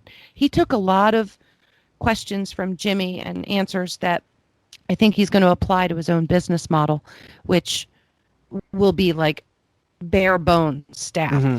And Sure. it might just be interviews and music that Yep. he does, where he has, someone write questions, do research for him, Will Murray Yep. and Yeah. Jason. Yeah. And then have musicians perform on a Zoom. He's still upset he didn't get Eddie Vedder because he was supposed to do the Apollo in an interview. And I think Eddie is like, God, I dodged a bullet. This could have, I might have jumped the shark if I had done the show. So that's my view currently, is that I think we're going to get like a weekend show or like a 1 or 2 hours a week tops. Yeah. With like Yeah. a special guest this week. Right. But I think the rest of the crew, if anything, there's a second theory I have. Okay. Is people like King of All Blacks and Ronnie might get an hour a week show. Like they might go back to the old model, which Marcy totally decimated. Fucked where up, you too. have like back office radio, Sure. wrap up show. Black on black. We like still that. have a wrap up show, but like a Yeah. different kind, or like Right. a round table, or maybe a celebrity round table. Sure. But I think there's certain staff like Mushmouth JD might get a show, or God. who knows, John Hine, God forbid. Well, it's possible. Him It's and Bowie, possible. I suspect could get a sports show. Like Well- I'm ready to program Howard because I've been in this mess for so goddamn long.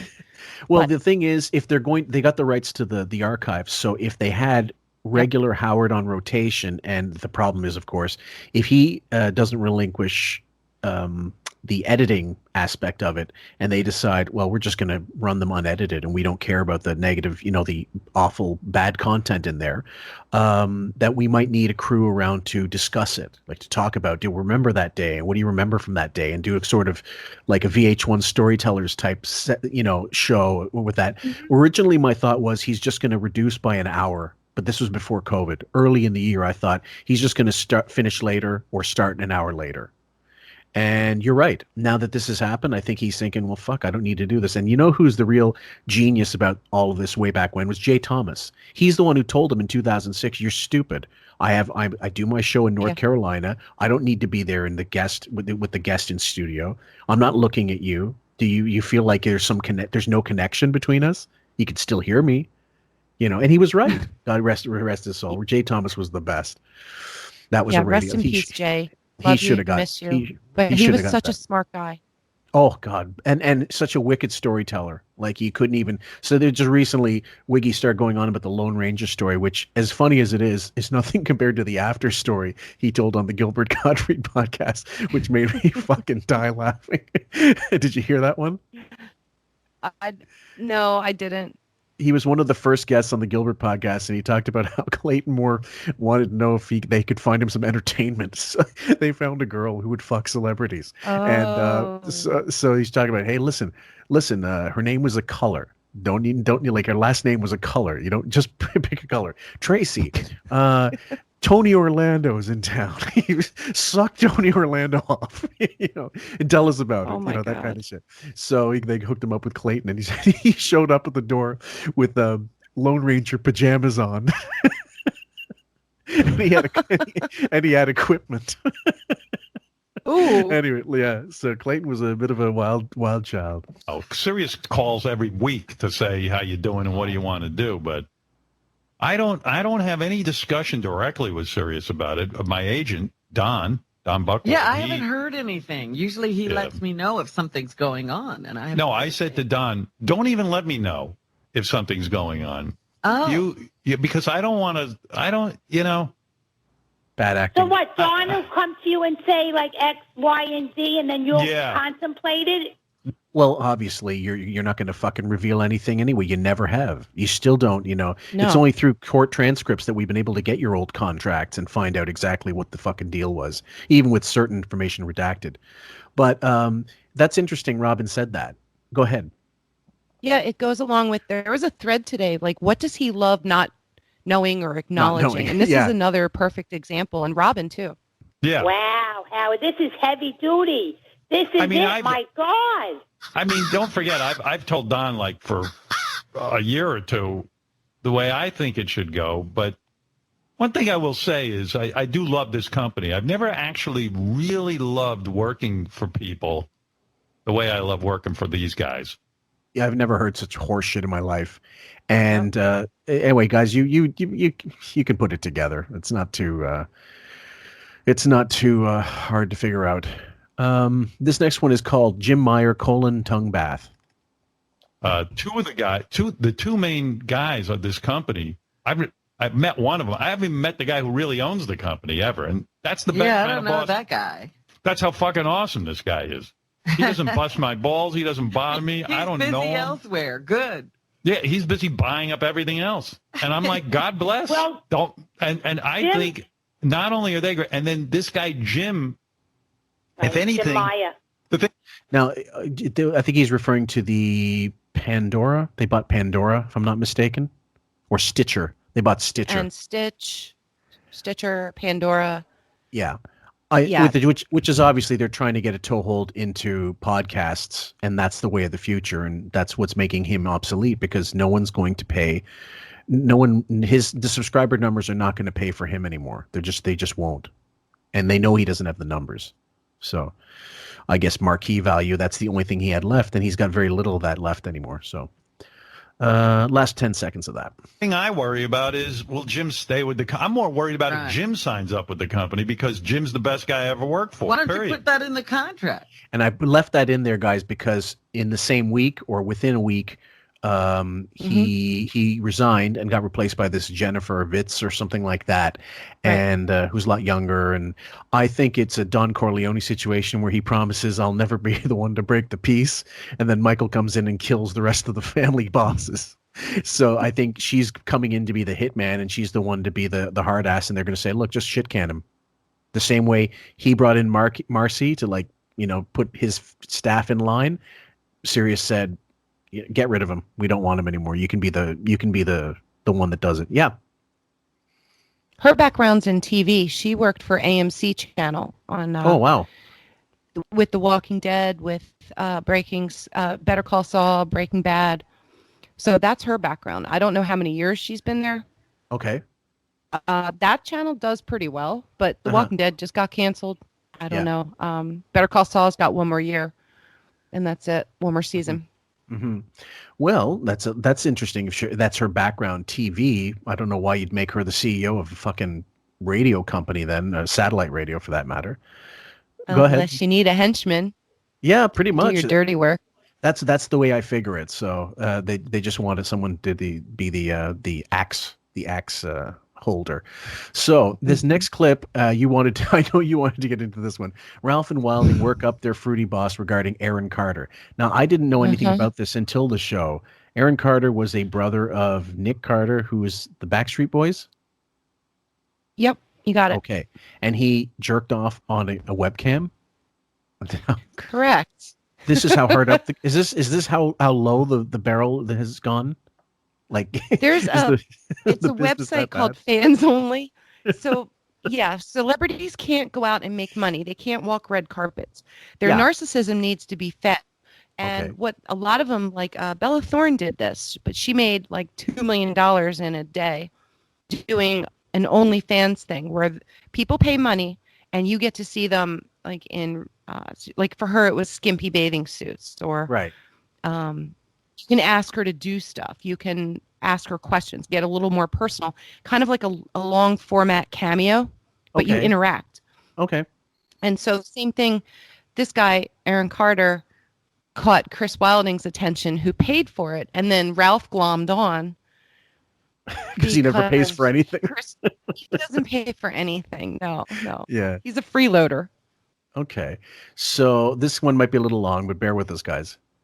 Did you and Chris, this is crazy, but tell me if it's true or not. Did you and Chris Wilding watch Aaron Carter jerk off on Friday night? What is what? No. And Chris paid like $5 for it. What is going on there?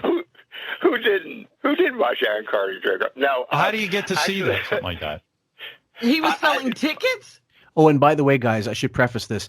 He had spent, I don't know, 20 minutes, 25 minutes on this caller, Brooke, this fake caller, I don't know, about her husband and something like that, as if to appear heterosexual, and then this. Yeah. So I think that was strictly like bait and switch. And this is that was a prelude to what he really wanted to get to, which was Aaron Carter's unit. Yes, it was the most bizarre thing because all of a sudden I start getting texts from Chris because Chris bought it for like $5. Aaron Carter is busy on one of these like nude cameras, and so Chris starts sending me pictures of him. Chris, isn't that guy like a big star of some kind? Oh, he's a big star, right? He had a huge cock. He's a big star now. But wasn't he? Okay, guys, and this dovetails, and if you want to know where the connection, where the bookend is, guys, this is from the very last breakdown we did, in which the two of them got on board, and they said, welcome to our, Stern said it himself, welcome to our little club, and this little affectation, as if to say, we're caught, and we're not saying it, but we're caught. And Robin was all in, and she was laughing and giggling it up, and she's like, oh, I can't believe I'm watching these three fruity pebbles all just, work their way around in this little insane blender. I just tapped into Raven's cereal fetish, edible fetish. So, which one? Fruit Loops? Is that the one you like? Fruity Pebbles. Fruity Pebbles. Okay. Now I've got this week was a fruit roll up, so I switch it up. There's some gummy worms. I didn't even know Fruity Pebbles still existed as a brand of cereal, because you know how some of those just don't last. I mean, Lucky Charms is probably still out there. Yeah. Oh, they're all out there. Lucky Charms went from eight charms. This is a total diversion, but I remember as a kid they had some 7 symbols or whatever, and then they worked their way to 12. Pretty soon it was like 90% marshmallow and 1% cereal, 10% cereal. Yeah, he like a singer or something. I mean, that guy. He was Nick Carter, who's in the Backstreet Boys. That's his younger brother, and he was kind of like Justin Bieber before Justin Bieber. Yeah, he was a teen idol. Yeah. Yeah. Yes. He's the dude, Howard. He's the dude with the tattoo on his face. Oh, that guy. And so now he's selling, like, you can go on and watch him jerk off? Yeah, well, he was smart, so it was That's in the a new post. kind of cameo. Yeah, exactly. It was in page 6, and I found out, oh, God. Okay, go ahead. Yeah. Ralph knows how to remind Howard of people. He's the one with the tattoo on his face.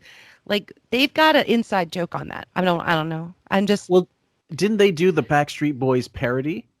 The Gay Way, whatever it was? Backside Boys. Cartoon? Yeah. Backside Boys, Way. So Wiggy knows all about them, and he probably loved those little twinks back in the day and never forgot. Absolutely. So, but was Aaron Carter like, was he like the, was he like the Marlon Jackson? Was he like a sort of an extra Backstreet Boy? He wasn't actually in the band, was he? Well, his brother Nick was. So Yeah. I'm not sure that the Backstreet Boys was not my thing. No, I'm just saying, like, NSYNC wasn't even my thing. I'm a little too old for these groups. well, that's what I'm saying. sadly. This is where Sam would come in handy. She probably knew the choreography as well. This is before Sam's generation. Yeah. Yeah, absolutely. Doing Sorry, this guys. at night, at like around midnight. So I I bought it because I was curious, and he was smart. He started off nude, right away nude, no bullshit, and he has a huge cock. Like even flaccid, his cock is huge, and that's Now, boy, doesn't fucking Wilding know what his boss wants? Absolutely. The same way Jason knew that the way to get to on the air is to fucking talk shit about people behind their backs and tell them stuff that they shouldn't. He knows you got to go gay, and Sal knows it. They all fucking know it. That's why I took a screenshot and sent it to Ralph, and they started playing guitar. And he was singing some of his hits with his big cock out, and then he makes you pay again to watch him actually jerk off. So in other words, you paid the initial $5, And you just then- got a yes. concert. and you're getting a concert while he's holding his cock, and then all of a sudden he says to you, "Listen, you guys want to go a little further with this? You got to give me some more money." Imagine some kind of demented encore. Imagine going to see Leonard Cohen, and instead of fucking "If It Be Your Will," he comes out and starts jerking off in front of the crowd. Oh my God. God rest your soul, Len. Okay, so that's the first initial part. Would you like to read the next one? The fruit salad onslaught continues. Okay. He doesn't say that. It's weird. You get like kicked out, and then I could see in the chat people were like, "What the fuck? What's going on? I have to pay again. This is bullshit." So I was like, you know what? It was like $5. I'm like, I'll do this again. And so I go in, and he starts jerking off his cock, and he goes, "Oh shit, I only have like a minute or two left on this thing. I hope I can come." And I'm like, dude, you better come because I just paid $10 for this. You go to jail for that. $10. I mean, Right. I just got that image of Mark Wahlberg at the end of Boogie Nights when he's in that guy's pickup truck. The guy goes, "I just want to watch." Yes. Well, okay, so Aaron Carter has a huge history of drug abuse. Oh, I didn't It know makes any of that. perfect sense, and that's a great analogy. Not far off from the target. Oh, really? Alleged. Wow. Let me just say Oh, okay. alleged. I Okay, don't want to sure. get us in trouble. Right. But no. I read the tabloids, and I read Your Honor, C-Dan and all those. Your Honor, I'd like to call Raven Alexis to the stand. You just got Raven Alexis in trouble. She sounds different from the porno. Okay, let's go. That's false advertising. Yeah. But I will say he blew Now, a huge load. And was Ralph on there for the load? Did he get on time? Well, Ralph commented on the load. What did you say, Ralph? I don't know. I don't know. I don't know. Something Ralph said hilarious. I'm sure. Ralph said at least he had a big load. Yeah. Ralph, Ralph, because you're straight, did you find this uncomfortable at all? Did you hear that laugh? Did you hear that giddiness in his voice also when he was hearing the description? He's just like, there's smoke coming out of his fucking pockets, guys. Sorry. This is extraordinary. Were you and Chris on the phone while you were watching this together? Or were you sucking each other off in person? Wait. Let me be clear. I didn't log in and pay for it. Chris was sending me screenshots, right? Right. So here's the best part, though. Okay, the next clip, because we're trying to barrel through this. Number 9, please, if you may, if you will. Okay. Weapons grade. You know the rest. That's right. Chris is on the couch next to his mother the whole time. What? Wow. Chris, you're on the couch with your mother watching Aaron We're Carter not jerk like off? holding hands. She was on the left seat. You're an asshole, Ralph. You're a fucking asshole. Chris, wait a second. Your mom is in the room and you're watching. Now, this is just feeding into Wiggy's demented, like, porn fantasies where he's stepdaughter porn, babysitter porn, scat porn, all this, like, pissing and fisting and all these perversions. Because, guys, we haven't done it yet. Stepmother, stepson. Yeah. This sort of, I don't want to say illicit, but I don't know, just very perverse, like most people have a pretty salt and pepper, vanilla kind of, sexuality. Not everybody. We understand that. We're not casting aspersions. If you like to get pissed on, well, I guess Gary likes it, except if it's his own piss, apparently. And but he's Bob D, for example. When we ever do this, if we ever get around to doing this, the sexual like fetishes of Howard as an NPD sort of subtopic. His contention is that he's not gay. It's not gay or bi. With Wiggy, it's all about taboos. It's all about what you can get away with. So it's not really. So the issue of gay is not really so much. It doesn't even enter into the picture as far as he's concerned. So I see. And that's a whole reading. That's homework I have to do. That's a lot of psychological reading I got to look up on before we get further into that. Why jerk off? Say that? Look, we were watching television. I went up to Canada to go. I hadn't seen her in 6 months, and I quarantined, whatever. I went up to Canada. Lucky her. And it was my last night there, and I found out that this was going to be on the air. It was going to be live, and she happened to be there. I said, "I'll just tune in." I wasn't playing with myself. Did you can see the computer screen? Well, it was on my phone, and at one point I turned up the volume, and Aaron's going like. Okay, I got to stop it there, guys. But how much more of this do you want to take? Because it's a 4-minute clip. I think we could just summarize. Ralph sends Wiggy the picture. Okay. Right? Because there's a picture of the cock. There's a picture of the cum. He gets both pictures sent to him, and he spends I don't know, because I don't think I saw the video of this, but let's just say Robin reminds Howard to stop looking at his phone so much because he's doing a show. She's like, you got to put that phone down, because that's all he's doing. He's mesmerized by these pictures of jizz and dick. I don't know. What am I saying? You know what? I think I'm going to go through this fucking thing, because you know what? If you want to build a case, you have to present your evidence. So let's try our best. No hole pics, guys. Show my hole. And my mom goes, what is that? And I said, it's something for work. It's stupid. Oh, it's work related. I couldn't fully enjoy it. I felt bad for him. No, what did your mom think of Aaron Carter's load? Oh, she thought it was very, very large. She said it was juicy. I was like, maybe we should have Chris's mom call in just like Ronnie's mom. No. Fuck, guys. I rarely feel the need to take a shower after listening to secondhand audio, but this is one case where I got to pull out the fucking St. Ives and just scrub for hours. Look, people need to know what they're not missing. So we're doing a public service. That's all it is. PSA. Your Honor? Is that important to a guy, like to see a big, thick load? I mean, yes, is that it is. You like that? Ralph, what about you? And to Ralph as well.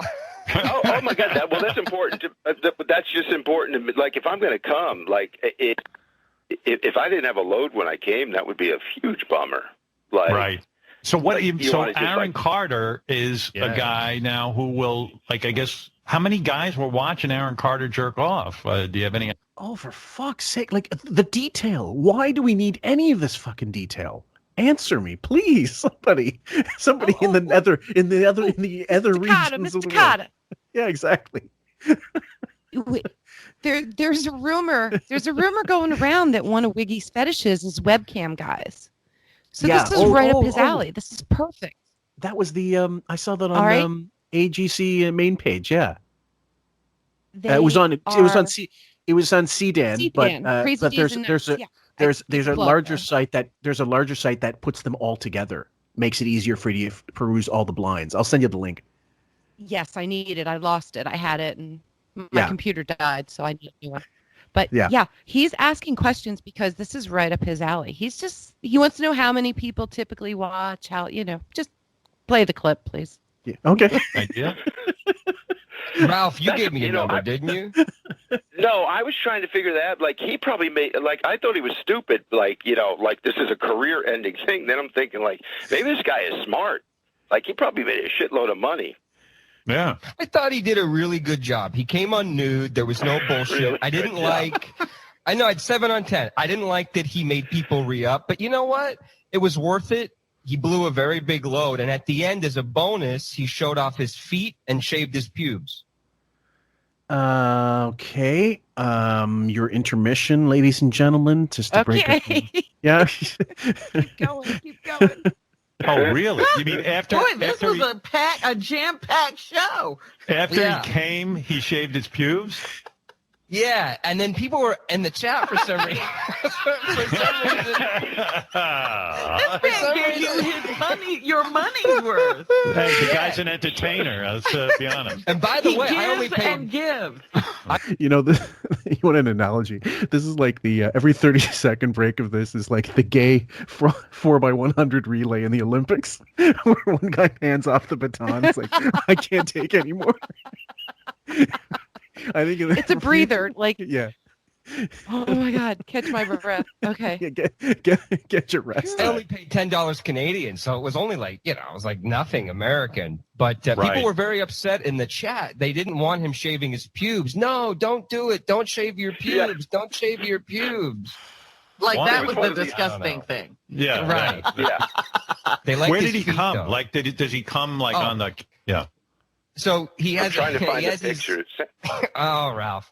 He has his computer, right? So there's a desk right under the computer. So he came like almost right on his keyboard. Wilding's a fucking young Roald Dahl with the storytelling skills. Jesus Christ. And it was real. It was like a big, thick load. Jesus. Why would he do that? Why would he ruin his computer? That's his whole way of making He's money. making a ton of money. Yeah. By the way, I don't know. I think he was desperate. Ralph, it sounds like a completely normal heterosexual Friday night. I'll be honest with you. Let's go to Yeah, Mike. And Chris finds out that Aaron Carter. Oh fuck! I just used Roald Dahl as an analogy. See, and I'm thinking of titles like Charlie and the Great Ass Elevator or Charlie and the Big Huge Load. Right after the Chocolate Factory. Is going to do this. And who does he call? He didn't call me. Call Ralph. You wouldn't have looked, Howard, if that. I would have watched. Sure. I'm angry you guys didn't call me. Yeah, see? Mike, go ahead. You're on. Okay, Raven, I have to ask you this question. We both were old enough now to have known enough gay people in our lives, bisexual, maybe, whatever, even transsexual. Sure. We're old, in this day and age, you're more likely to know one than not. Have you ever heard a straight guy, 100% straight guy, say what he's saying, and not even as a joke? Like literally, there was no joke involved. Like, why didn't you? I would have watched it, just like that. Came right out of him. No, I've never heard any straight man use the phrases that he uses to describe women, to describe sex or sexual positions or how, they have sex, let alone talk about men. Like, as soon as the topic of gay sex comes up with straight people, a lot of men I know are very old school, and they're not comfortable at all with it. They're Right. like, they turn their head like a dog, and they're like, what are you talking about? Right. So this just doesn't add up. None of this adds up. That's why we're here. That's why we do what we do. I'm just sad that they didn't play the clip that where Robin calls him out on looking at it. Maybe it's in the next one. It might be in the next one. But trust me, everybody, he did do that. Okay. And by the way, was there because you have the subscription, did you hear it or watch it while they were filming, or you only get the audio first and then they put up a video for the Howard TV thing? Oh, they put up the videos later. You know what? I never really check because I'm always busy in our live thread. Okay. But well, either way, I'm saying like the show is not streamed live in video form. It's audio first, and then you'll get some video clips, right? Correct. Okay. I got to explore that a little bit more. I don't dig into that deep enough. I use YouTube videos. Okay. I just never felt the need to do that. Okay. Number 10 is called 3 Gay Men and a Little Lady. First time caller, Howard. Love your show. I love what you do for us, brother. Keep us laughing. Thank you. Ralph is gay. You mean based on this conversation, you're going to call him gay? That's insulting. Come on. Yeah, Ralph is gay, not Howard. Ralph is gay. Yeah. Right? Not the guy that's wanting to steamroller everything else to hear this shit. Come on, Mike. How did you come? By the way, Mike, Why can't a guy just be on the phone when another guy's jerking? why are you so close-minded? Mike, how can you call Ralph gay? I mean, what is your rationale? Yeah. You know what? If I did that, you know what my wife would call it? Divorce. If you did what?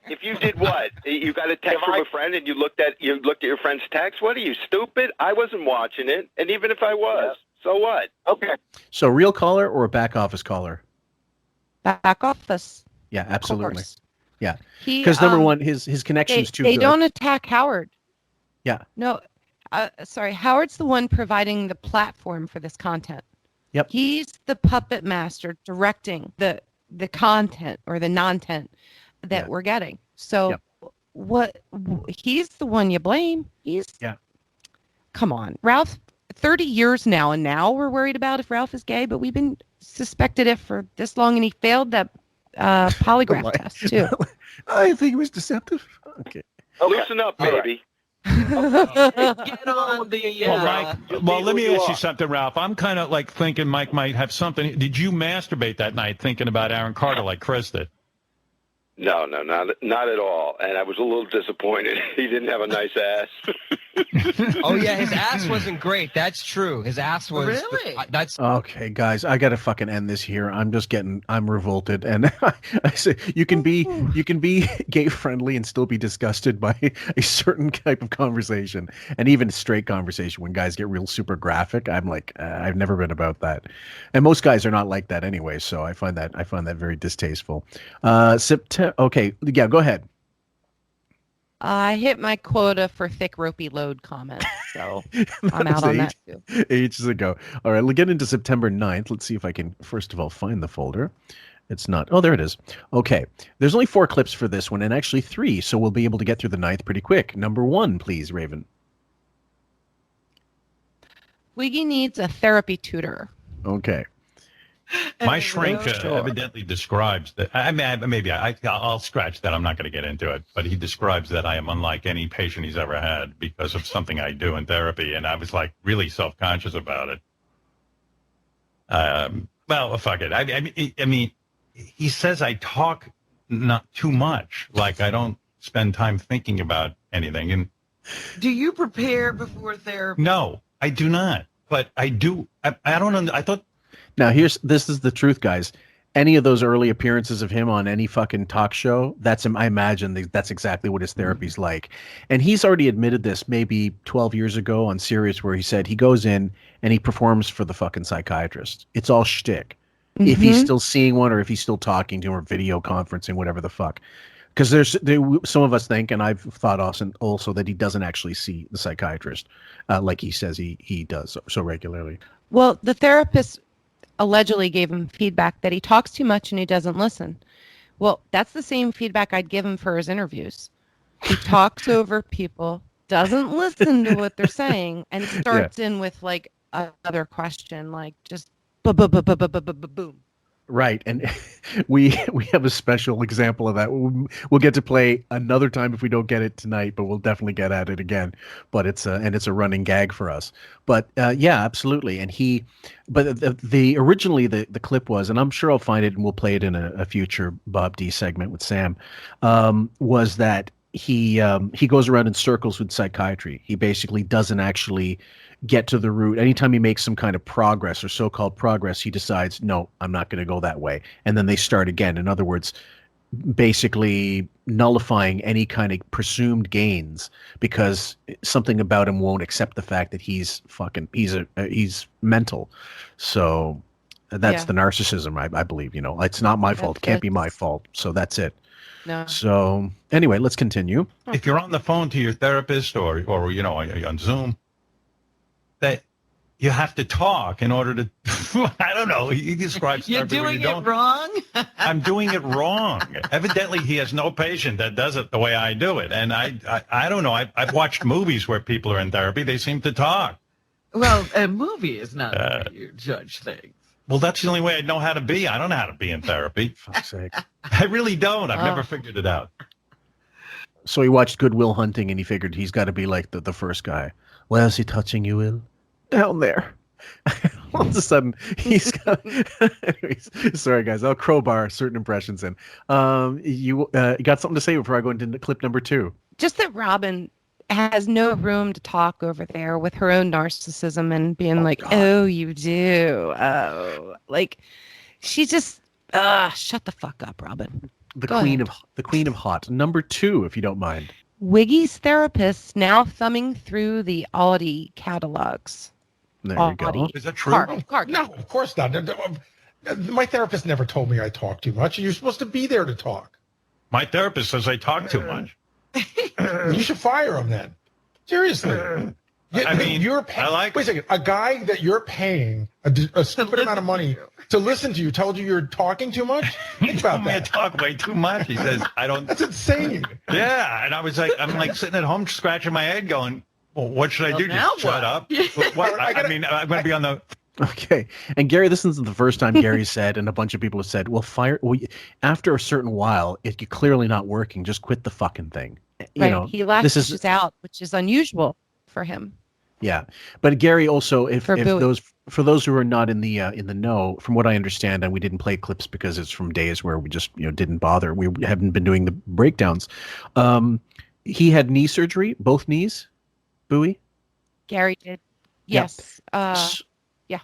Yeah. So before that, he was during COVID drinking heavily, and we did comment on that in an earlier show. And now, as a result, is on painkillers and certain meds, probably antibiotics. After surgery, you do want to make sure you're not getting any infections and stuff. But you theorize that it's stronger stuff. He's very adamant in claiming he's not using the oxycodone or the painkillers, that he's only using antibiotics, inflammatories, and stool softeners. Right. I don't know that I'm 100% on believing that. Yeah. Because that knee pain has got to be rough. Unless he's using edibles, weed. Yeah. I don't put any value in CBD, but I do think that, like marijuana would help him get through it. And who knows? And so he doesn't want to give any ammunition. He knows how the show goes. Oh yeah. What's that? So he's maybe not wanting to admit that he's on marijuana maintenance for the knees, perhaps. Yep. I agree. Yeah. All right. He's probably drinking heavily though. Oh yeah. I'll give him that. Maybe both. Who knows? And with the pills, that is not a good combo.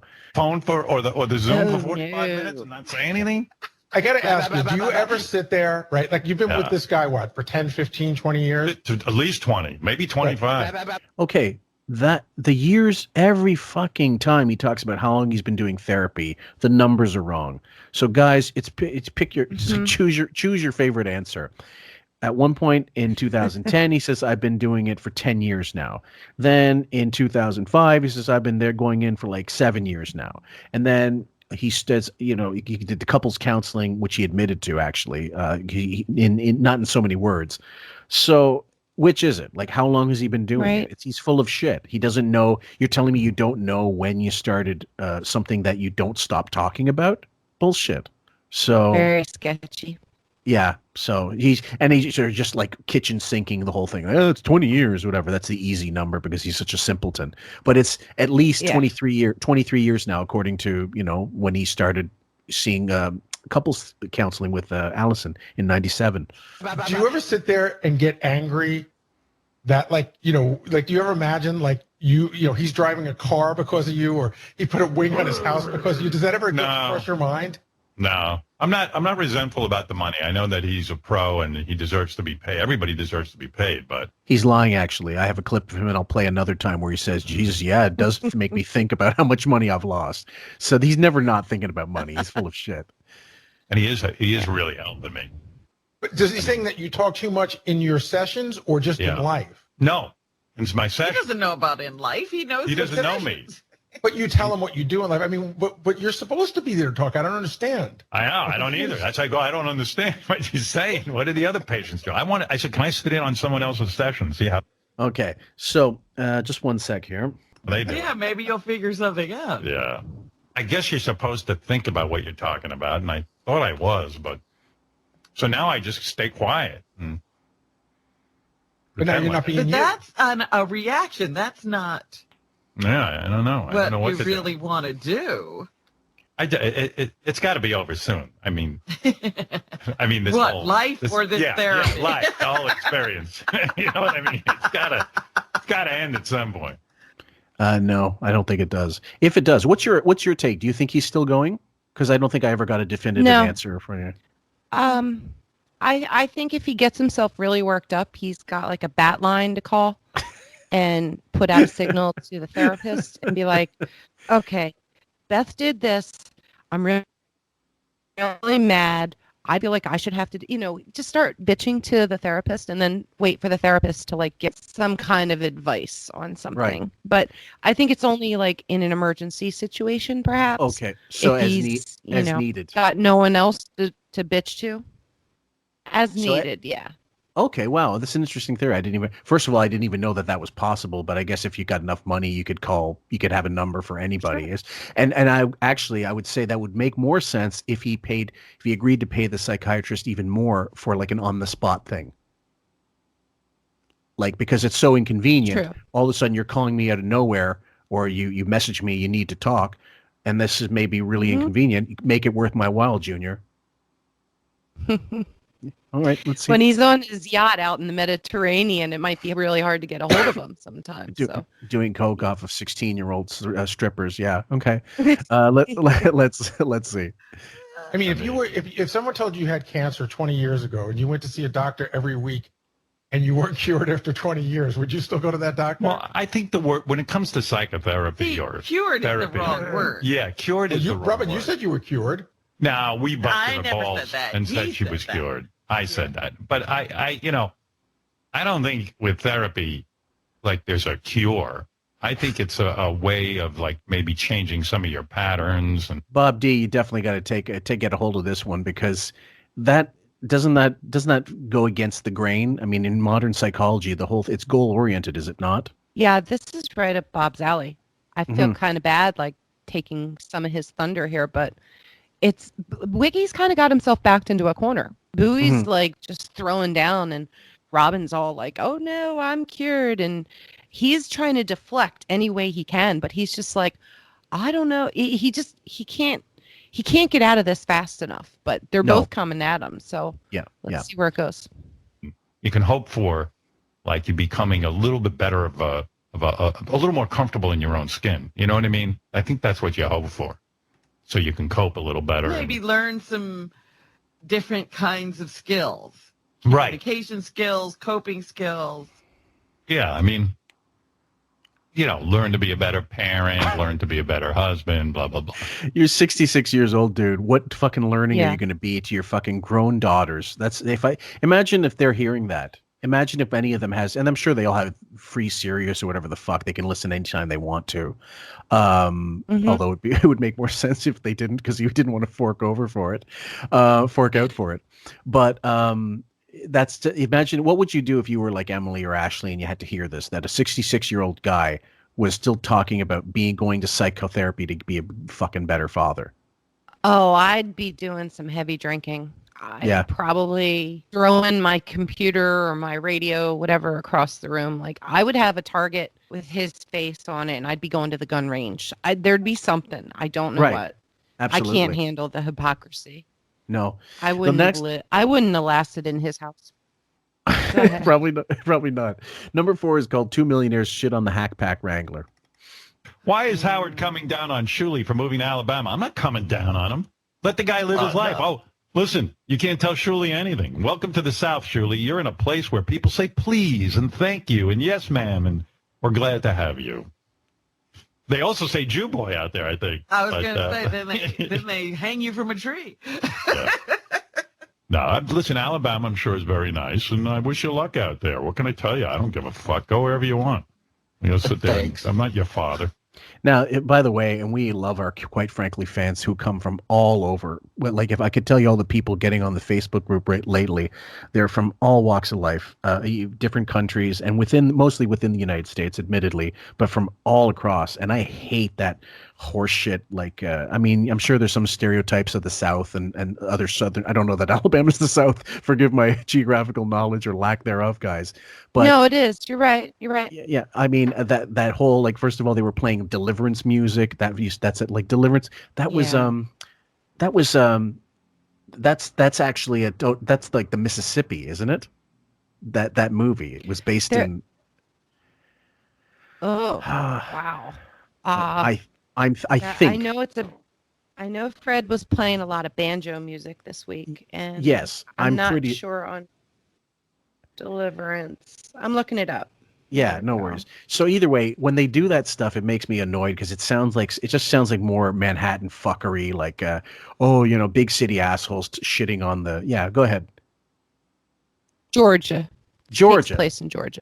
There you go. And if I'm not mistaken, Kayla's from Georgia, isn't she? Mm-hmm. And Josie Wales. Yeah. Okay. So Yeah. So I mean, we've got and I just find that I understand people can take a joke and stuff, but when you hear it from people of such ignorance, it's not really a joke. It just sounds really stupid and elitist and just asshole-ish. I'm sorry. So let's continue with the little Shuley thing. I mean, sometimes when I feel it's like I time to am. work, you better be here. Oh, yeah. Well, you need you here. You got to be here. That's all there is. I'm here. I had this fantasy last night. I was I thinking don't about. mean in your whatever room that is in Alabama. Well, where are you, Robin? Nobody's going in anywhere. This is work. This is She's in Alabama. Again, this isn't permanent. Fucker. Here's what I think. Fuck you, Robin. And hey, Shuley, can I count on you? Can I count on you? Sound familiar? Now unfortunately, Shuley, you're taking some of your own fucking medicine. And you were shitting on people who didn't come in for Hurricane Sandy. How does it feel? Go ahead. This is what 15 years of working for a show will get you. This is what your loyalty gets you when you work for the Howard Stern Show. Yeah. And he said he's not shitting on him, but he is completely. Yeah. And this sounds very much like every farewell, like I don't give a fuck. Go to Alabama. Fuck you. You know, this is that discard Bob D was talking about in all those episodes. Yeah. Yeah. Devaluation. Shuley, said shit. We're all working. Doesn't want to be abandoned. I got to save some dough here. I'm going to get myself a big spread in Alabama. So he didn't know where he was going to live. So, he probably got out the Globe or some listing of all this. Threw tax at a board with a map. No, well, Alabama's alphabetically the first state, so he probably looked at a list of states. Yeah, he probably went, "Well, this looks pretty good." I mean, why explore the other ones? Yeah, that's exactly what he did. Okay, yeah, makes perfect sense. So next one, we're going to go through the 14th guys, and we've only got these four clips, and then we'll take a break for a while. Number 1. Tony called in for wig detail. But I did get a haircut. I don't know if you can tell how gorgeous I am. I was going to say, is this your new haircut? Yeah, and Tony came over to our house. We sat outside. She wore I've just got this image of Tony wearing, like, in the movie Dr. No, and all those guys are going through radioactive decontamination. And she's like, they're counting the rads as they're going through the showers. That's her. Not only one mask, but two masks. She had some kind of, thing over her mouth, and then she had the whole plastic shield. Right. And the face she had, shield. and she had a whole, like what a doctor wears during an operation. And I guess she, works in the entertainment industry, so she's had to wear these get-ups in order to get production going. So years ago, we heard scuttlebutt that she had retired. She wasn't working for him anymore. I guess that's not true, or she's just on call. And I think she's more on call in this case. So maybe it is kind of true that she's not his 24-hour hairdresser anymore, or a wig dresser. Yep. Yeah, he mentioned that she works for other people too. Yeah. And that she frequently gets tested because of all of her clients. So That's right. It's not just him, it's other people too. Right, he'll go into it a little bit. I just imagine her getting like with machine guns trained on her in case she makes the wrong move and pulls off something or takes out a phone camera, like a camera phone. She had a whole system, and my haircut was about a half hour. We didn't talk during it, which felt weird. We usually enter it up, but right. No, I said to her ahead of time, I'm not going to talk because that's another way you spread, Were you wearing a molecules. mask? I wore a mask. Yes, I did. Yeah, I wore a mask. And like I said, we sat outside and I felt so creepy during it because I'm so, and she has been tested she was tested. So she's been tested. Why the fuck can't you talk to her? What kind of an asshole would do that? You say hypochondriac. Yeah, okay. No. Yeah. I just don't know what to believe. Whatever comes out of his mouth, it's like hit or miss on what's real, what's not, what's for the air. I don't know what's made up. So yeah, can't believe anything he says. Pick your favorite lie and go with it, guys. Like 2 days early, she's been tested because of her work. She usually gets tested. I talked to Tony. She usually gets tested at least 2 or 3 times a week. That's right. Because of what she's doing. Yeah. And even still, I was scared out of my mind. So, I mean, I'm, people laugh at me. My friends laugh at me. They go, when are we going to see you? And I'm like, never. Well, before COVID, that was probably the same answer anyway. So, number 2, so apt, Richard Simmons analogy. I am now, people know I'm like Richard Simmons. I'm deep in hiding. Boy, is Howard Hughes. Yeah. Number 3, if you want to read number 3. Scared to death of COVID and vagina. Now, Beth worked with Tony. Uh-huh. And they were together like 3.5 hours. I don't know why. And now I'm convinced that Beth has COVID and she's going to give it to me. Are you quarantining from her? I am. She's getting tested today. This is how crazy I am. Beth is getting tested today because I'm afraid of her because she was exposed to. Now Tony doesn't have it, but it doesn't matter. It might. You know how germphobic I am.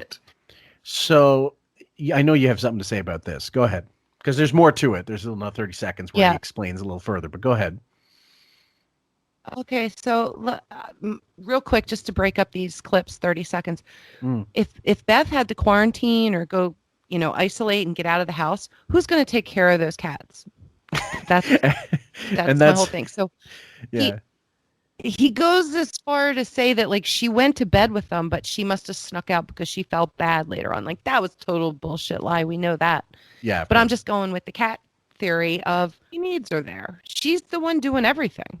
Yeah. She couldn't, but I still think she has it. And I love her so much. I love that woman so much, but she has COVID, so I can't go near her. She goes, honey, I don't have COVID. I go, just get tested. With Robin, her laughs are like a legend for a coloring book, like colored by numbers. You can't exactly know what the laugh means at any given moment.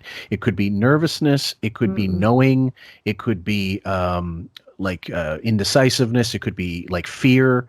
In this case, it sounds more like filler. Yeah, filler too. In this case, it sounds more like, well, yeah, a part filler. He's making a joke, so I got to laugh. But the other part is, yeah. We know why you have to be apart from her. So it sounds to me like Robin on it. So if she decides she's got 24 hours left, she's just gonna fucking blow him right out of the closet.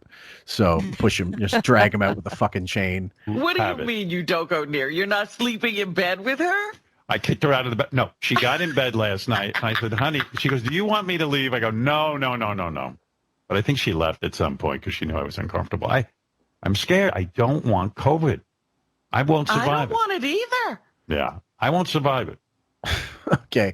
And the last clip is called number 4, friendship is a tissue Wiki wipes his ass with. And here's the other bottom line. Any of my friends, and I hate to say this on the air, they're not all that interesting that I need to die for them.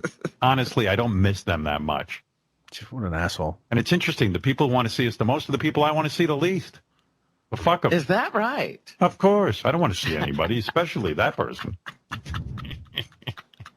So now you know if you've asked Howard to see you. He really doesn't care to see you. It's not that important to me. Okay, go ahead, Raven.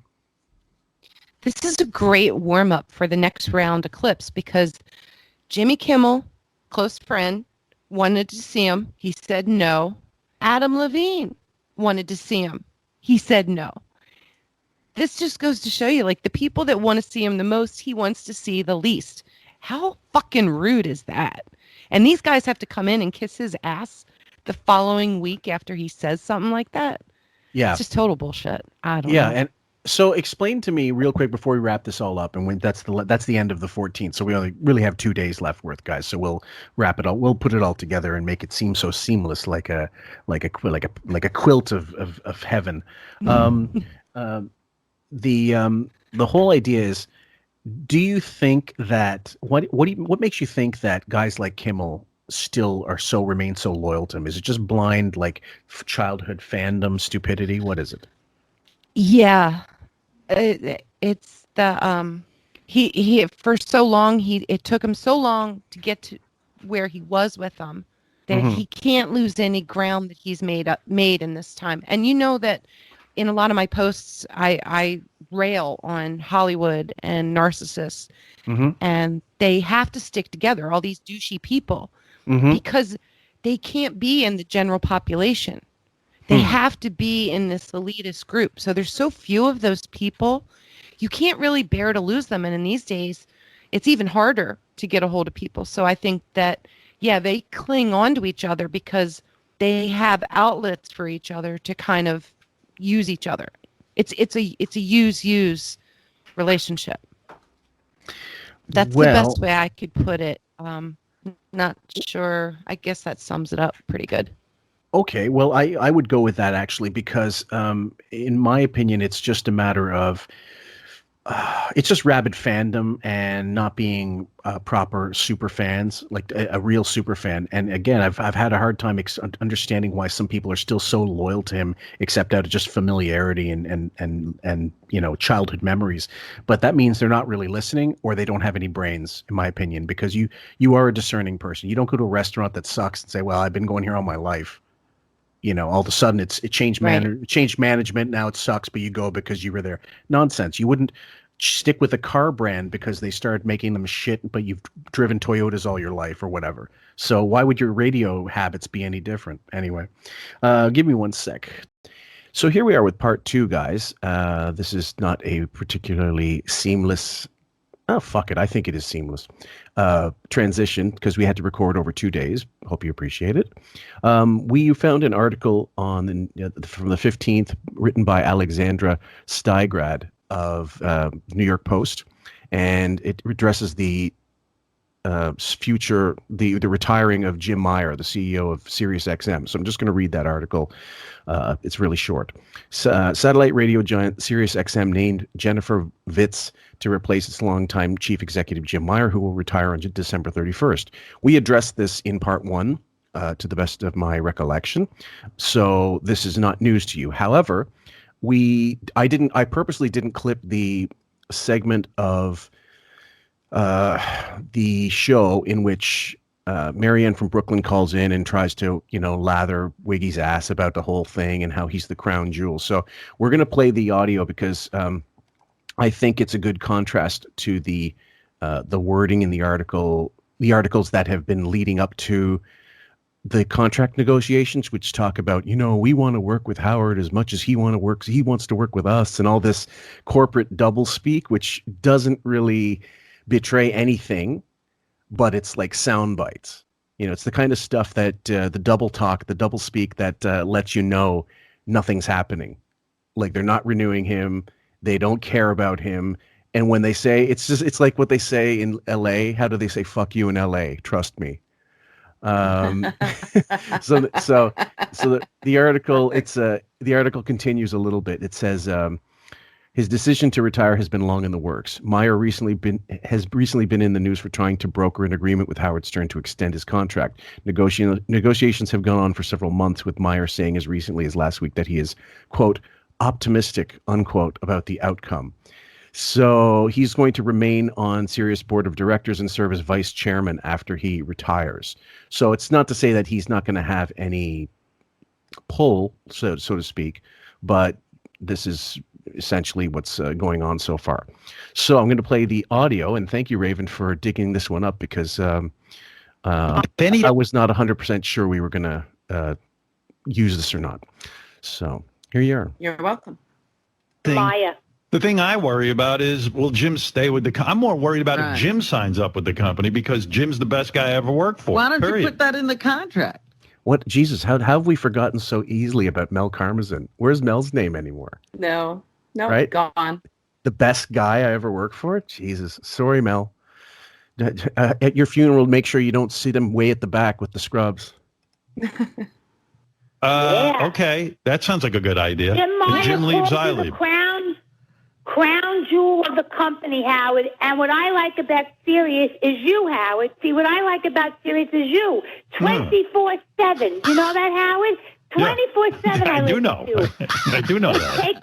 And I don't know if you know this, Howard and Robin and Fred, but the wrap-up show did a special about me, Howard, and I was crying. How sad is it that he has to prop himself up with this crow? Oh my gosh, it's just blah blah blah nonstop, just nothingness and pain and bleeding of my ears. But that they actually coordinate with her to call in and be on hold, let's say, and then this is what you're going to say. This is like, here are your bullet points. Right. We'll try to make it sound organic, but there's nothing organic about it. She is so far up his ass. It is disgusting. I just don't. I can't take it anymore. And honestly, I hope this is all done by the end of this year. I really do. Well, the scuttlebutt, like we said, guys, the scuttlebutt is that somebody is going to give him some interview type, like a Dick Cavett type show with X amount of, like 10 celebrity interviews or something like that. And yeah, go ahead. How funny is it going to be when he's doing a podcast from his basement, just like me, and he's getting $10 million for it, but I'm here getting trolls on YouTube and hard time from my kids because I'm being selfish, doing something that I know a lot about and enjoy pointing out hypocrisy in the world. I'm sorry. At least this is just a messed up situation. That's all I know. Well, I'll tell you what. Then you addressed it right before we started recording. Actually, the idea that he could go to a, let's say, not Amazon, but let's use Spotify. They're the big kind of kahuna these days after the Joe Rogan deal was announced. You mentioned specifically they have metrics. They are going to know how many listeners Rogan has brought with him, if he brings any, because this is the way I understand the Spotify deal with Rogan. Any content of his on YouTube is going to be gone as of the new year. He is going to start, there's like a little overlap. He's still going to be broadcasting through YouTube until the end of the year. And then the minute that year comes, his channel is shut down. So all of the YouTube content you want with him, start downloading it now, guys and girls, because it'll be gone. And then you either get Spotify or you don't. He'll be free, but the video content will be, does Spotify offer video? Do you know that? That's some more research I got to get going on. It just occurred to me now. It never stops here. It just occurred to me now because some people do like to watch interviews. I don't know that I care so much, but sometimes it is actually important. Nuance, you can verbalize nuance, but it's a whole different beast when you see the person interviewed as well sometimes, and you're not sure about how something is being said. I'm 99% sure Spotify has a video component, but I will get back to you on that. Okay. Yeah. In the meantime, let's just let's slog through the rest of our clips, please. Okay, we will, but I'll get through this. But do you have any faith that he's going to subject himself to a metric at this point in his career? Honestly, I think his ego and his wallet will allow to be quantified, but he's going to fight that. He's going to have 1,000 reasons why statistics are adjustable and can be computed to make anybody look good or look bad. And, he'll flip-flop it somehow and spin it that he's being victimized or just that there's bots doing stuff, which are really, us people out here who care to expose the truth. Okay. But, I think he might put up with it for a short-term contract, not a long-term, maybe year to year, just as a testing ground, because he's got nothing. Netflix doesn't want him. He's got nowhere to go. So why not go with the giant of podcasts and follow where the money is, which is Joe Rogan right now? Mm-hmm. Well, the thing is, I think you're on the right track. There's the only thing is he would insist on money up front. First of all, because he's not going to leave money on the table. Yes, he wants to get paid in advance for all this crap. or a guaranteed contract where he's going to get paid for the full year, and that's that.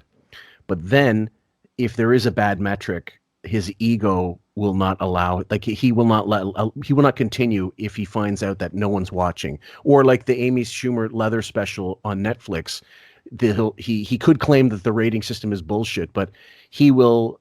As much as he tries to spin it, he will not be able to handle it if people think he's shit and say it online. Well, I'm 100% that Don wrote in the contract the first year's metrics will not be used against him. That it's experimental. It is purely just trial basis to see what he can accrue for them.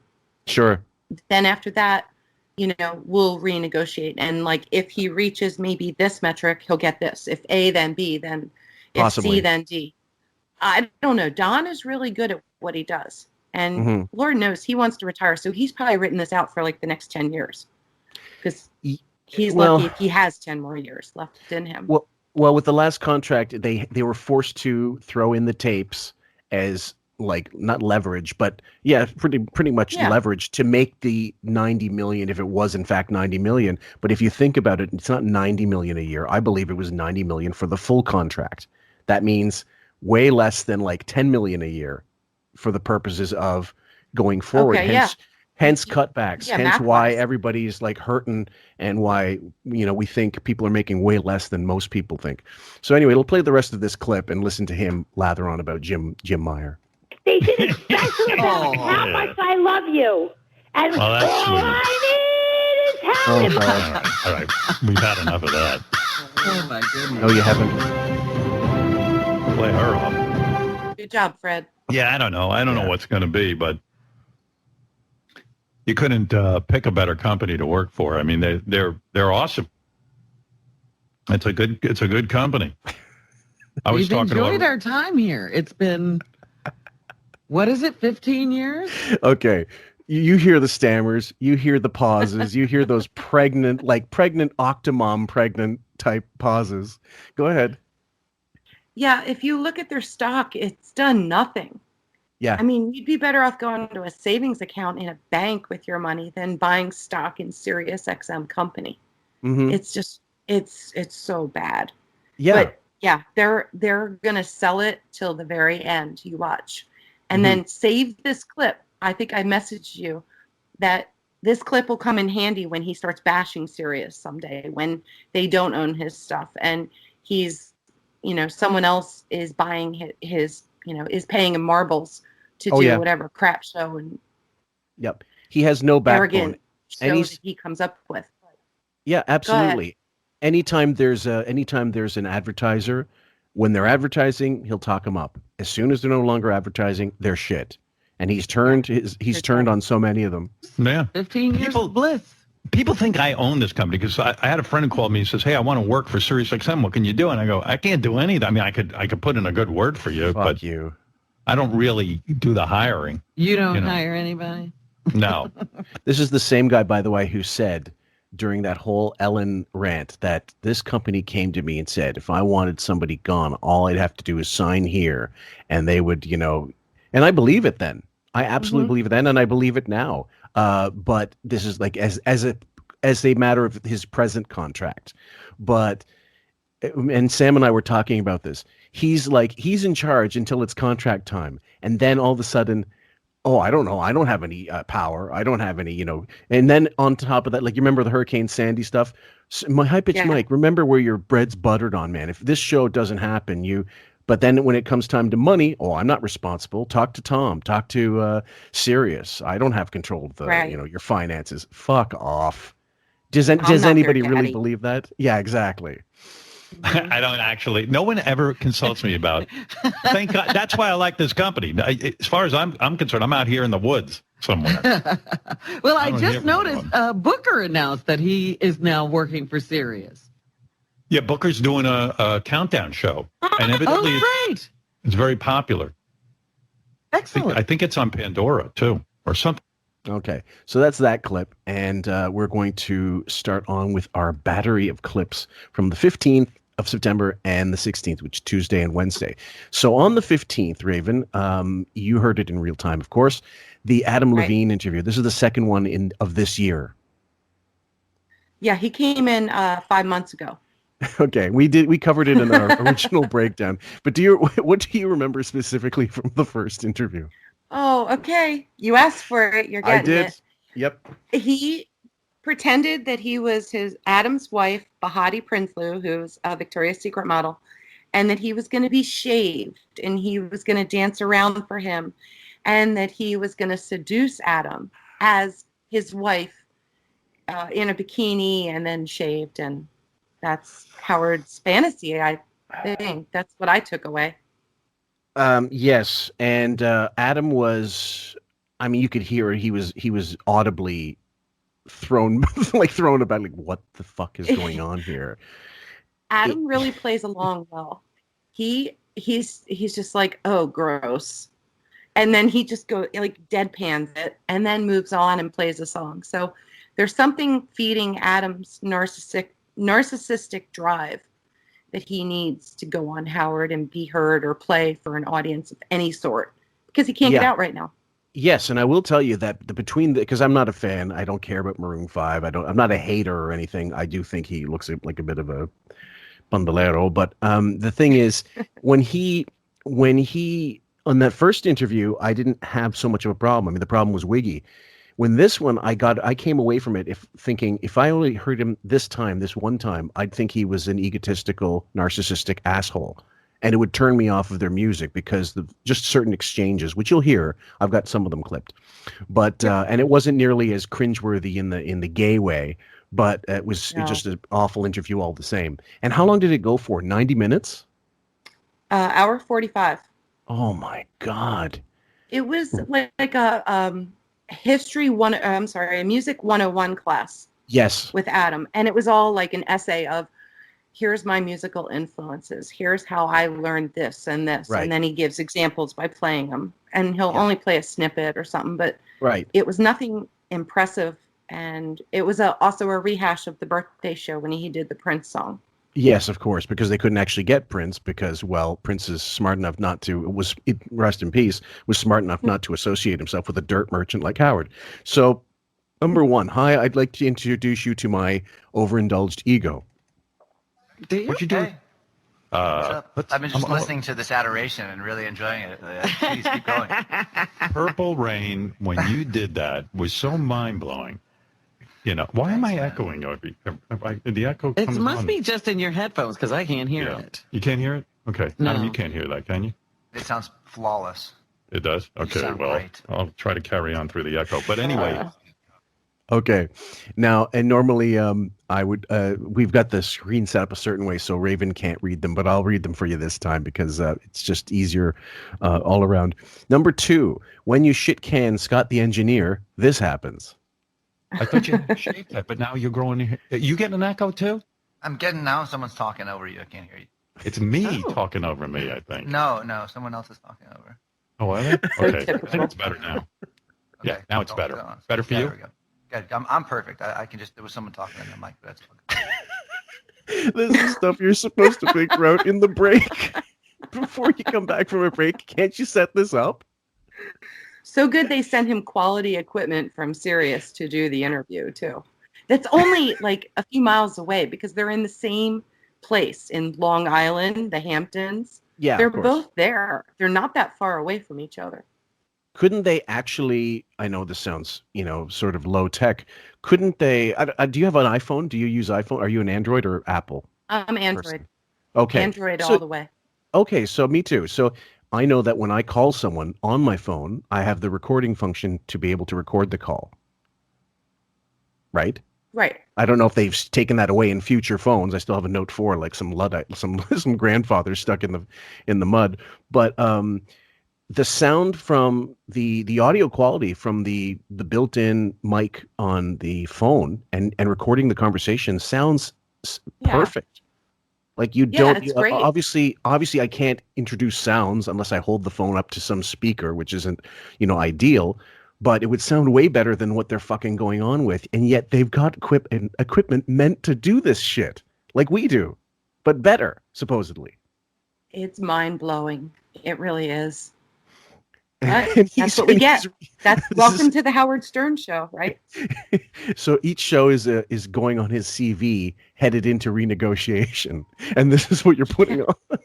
Okay, let's go to the next clip. Number 3, Wignocchio obsessed with Adam's hair. The last video I saw of yours, your head was completely shaved, and you had a full beard. I did. And then when I saw you in California, and Howard has a full-time beard. Carry on. California, you had like a mohawk. Yeah. And then I started to say to Beth, I said, I guess Adam went bald and he just decided to shave his head because he didn't want people to, That's a move. That's a move. People make that move. Yeah, right. It's a move. Yep. Go ahead. Bald knows bald. Carry on. Yeah. Now I'm looking at you. Yeah, no. Now I'm looking at you. No, your you got hair's plenty growing. of hair. Yeah, your hair's growing back in. You have a full head of hair. Yeah. And you dyed it platinum or something. Well, yeah. You want to go through the nuance of my... This is riveting radio, guys. If you all, imagine having Robert Plant in and asking him if Jimmy Page was the love of his life. Go ahead, Raven, please. You hear the disappointment in Adam's voice when he's like, "Oh, do you really want to talk about like my look? Like that's where this interview is going to go. Like I want to get into the music." Yeah. I just find it very telling, interesting. Yeah, telling. No, number 4, Adam says Wiggy's hair is not a mistake, even though this interview definitely is. Like, I wanted to grow it out, but I can't stand how it looks when it grows out. That's why I always cut it because I just don't like the process of like letting it. Like, look at your hair. Like, that's not a mistake. Like your hair. Your hair is like you have to deal with it and shit. And like, I don't. Yeah. I'm going to play this again, guys, because I counted 5 likes from a grown man, like who's 40. Yeah, Adam Levine's got to be mid-40s, my age maybe. I'll get back to you on that. Go ahead. Oh, okay, I'm going to play it again. Like, I wanted to grow it out, but I can't stand how it looks when it grows out. That's why I always cut it because I just don't like the process of like letting it. Like, look at your hair. Like, that's not a mistake. Your hair is like you have to deal with it and shit. And like, I don't know. Yeah. That's 9 likes, I think I counted. You got 6? No. That's for his age. He's 41 years old. Okay, so he's right in my generation, unfortunately, but my God. And really... Great elocution, Adam. What's that? Fantastic. I mean, if okay, California Valley speak, fine, but I I just hate it. I just hate it so much. Number 5, eyes without a face meet hair without a scalp. But I gotta say, it drives me crazy when a guy who's got a full, beautiful head of hair shaves his head completely. And I think of my father. My father went bald in his 20s. Thank you, Grandpa Saul. Okay. Projection alert. I feel like I need a bell or a whistle or some kind of alarm system next to me. Exactly. I'm going to work on that one. You know what? I will isolate the sound of a projector working, like a really loud old style projector, and you can just go. You hear the sort of yeah. And I feel so blessed to have hair. So it's like, I mean, it's almost criminal to have a full head of hair like you have, nice head of hair, and then shave it off. It's a fuck you to all the guys who have lost their hair, is it not? And at one point, I don't think I captured it, but at one point, this is where Adam goes, yeah, that's kind of the dick move to do. You have your hair, you have your hair, and it looks like the move, and then it grows back as if to say, fuck you, I still got hair. And that's where I thought he sounded like a complete douche. It didn't sound funny. It didn't sounded. The music discussion I didn't mind so much, except for the fact that no one cares about Adam Levine as a musician. They care about him as a pop singer, as a as a star. But I think a music discussion is great. I'm all for it. I love talking about music. I love music. And he brought up James Brown, who's one of my favorites. Me too. The Payback. Fantastic. Mm-hmm. Great. Play it over and over and that goes gay, sadly. But let's go back and talk about Adam and how it's like his look is an FU to everybody. Like, who cares? And then you got Wiggy's narcissism battling Adam's. And it's just, at this point, it's really funny. I just want to point out, when I'm doing the thread in the morning and people leave a comment in the live AM thread, my phone starts going off like crazy, and I can't even type because the messages are coming in so fast. Yeah. And people like Josie and Brendan and Jeremy and just ridiculous amount. And we get new people every week. We have a great group of people, and they're so funny. I totally am doing a flat out commercial for our live thread for the rest of this year. Yeah. 33 shows. Come join us. You'll have a blast. Even if you're not posting, just read along. It's hysterical. And if you like gifts, this is the place for you. Trust me. But we just document what's going on in the show. And when these things are coming up where it's like gay stuff, MPD stuff, projection stuff, money stuff, it is out of control. It's hard to keep up. And I have to go back later and reread stuff because I miss so much. And it's probably one of the best things that's ever happened to me because I laugh myself silly with these people. They are so freaking awesome. Brendan must have he might be like Pearl from the movie Blade in terms of getting all the fucking gifts like at his fingertips. He's got all these gifts like he instantly can pull up. But one of my favorites, I think it was you that did it first, even though I know you didn't make it, you didn't create it, is the little girl like asleep on the merry-go-round and holding on to it. Merry-go-round girl dragging herself. Dragged around. Dragged around asleep. Oh my gosh. I love that one. It's every thread that's in somewhere. You just got to wait for it. And then we have our bingo and our Yahtzee. There's just, and Josie's constantly like asking to be killed, and we're coming up with creative ways to kill her and shoot her in gifts. Not, but it's just like, no, we need you. We can't kill you. Keep Not going. Yet. Not yet. Hold out. It's so much fun. Well, and I will tell you guys, this isn't a key thing about the mockery thread, which Raven didn't mention, but I will. It is so everybody is so on point. Everybody's behind the eight ball. Throw whatever fucking cliche you want to.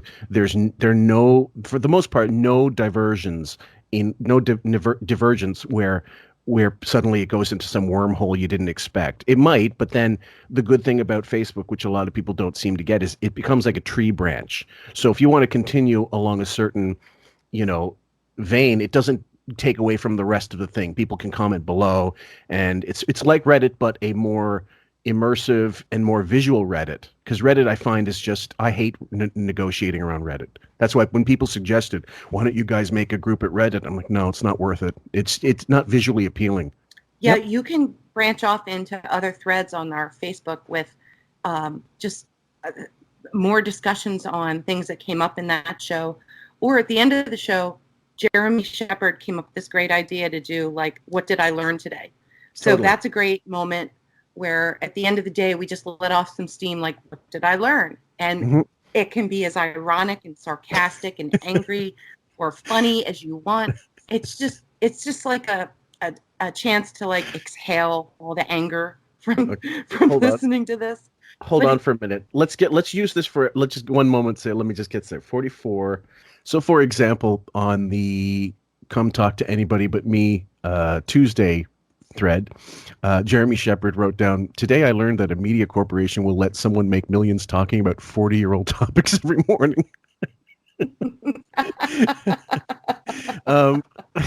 Bob Sisypho.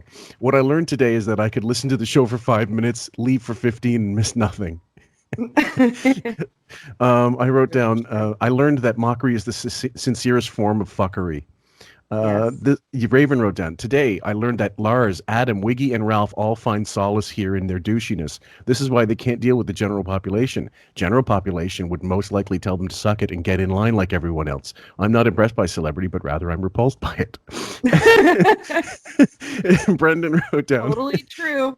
Today I learned that two narcissists can observe the other through themselves, but are held captive by their own shallow reflection. No deep introspection, for nothing of substance is there. Now, on the Wednesday one, Brendan made me fucking die laughing.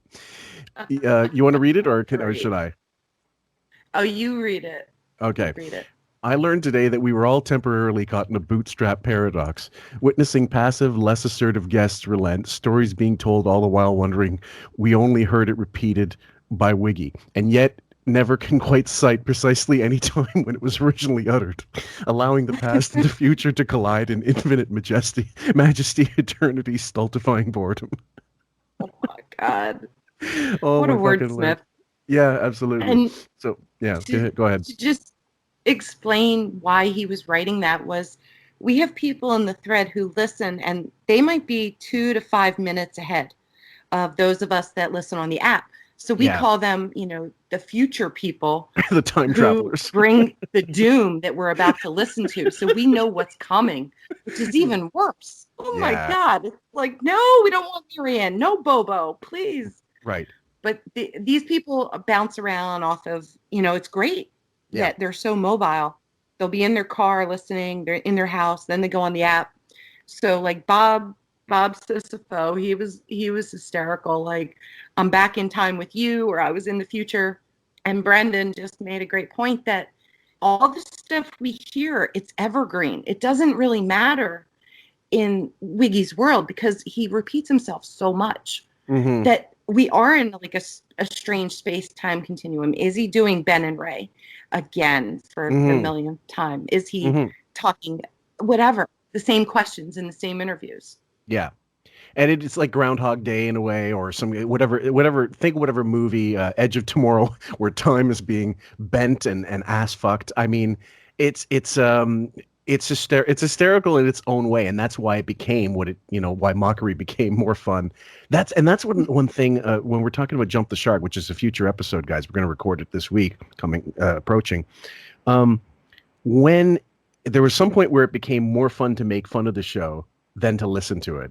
And that was definitely in this, this last decade, especially, but more so in, the last 8-9 years, because it's a demented puppet show. It became eventually a demented puppet show.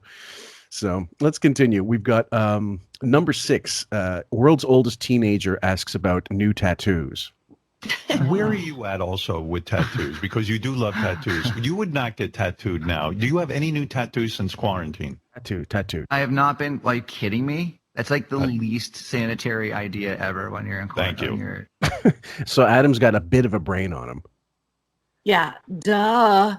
Who wants to be having needles and blood shared right now? Come on.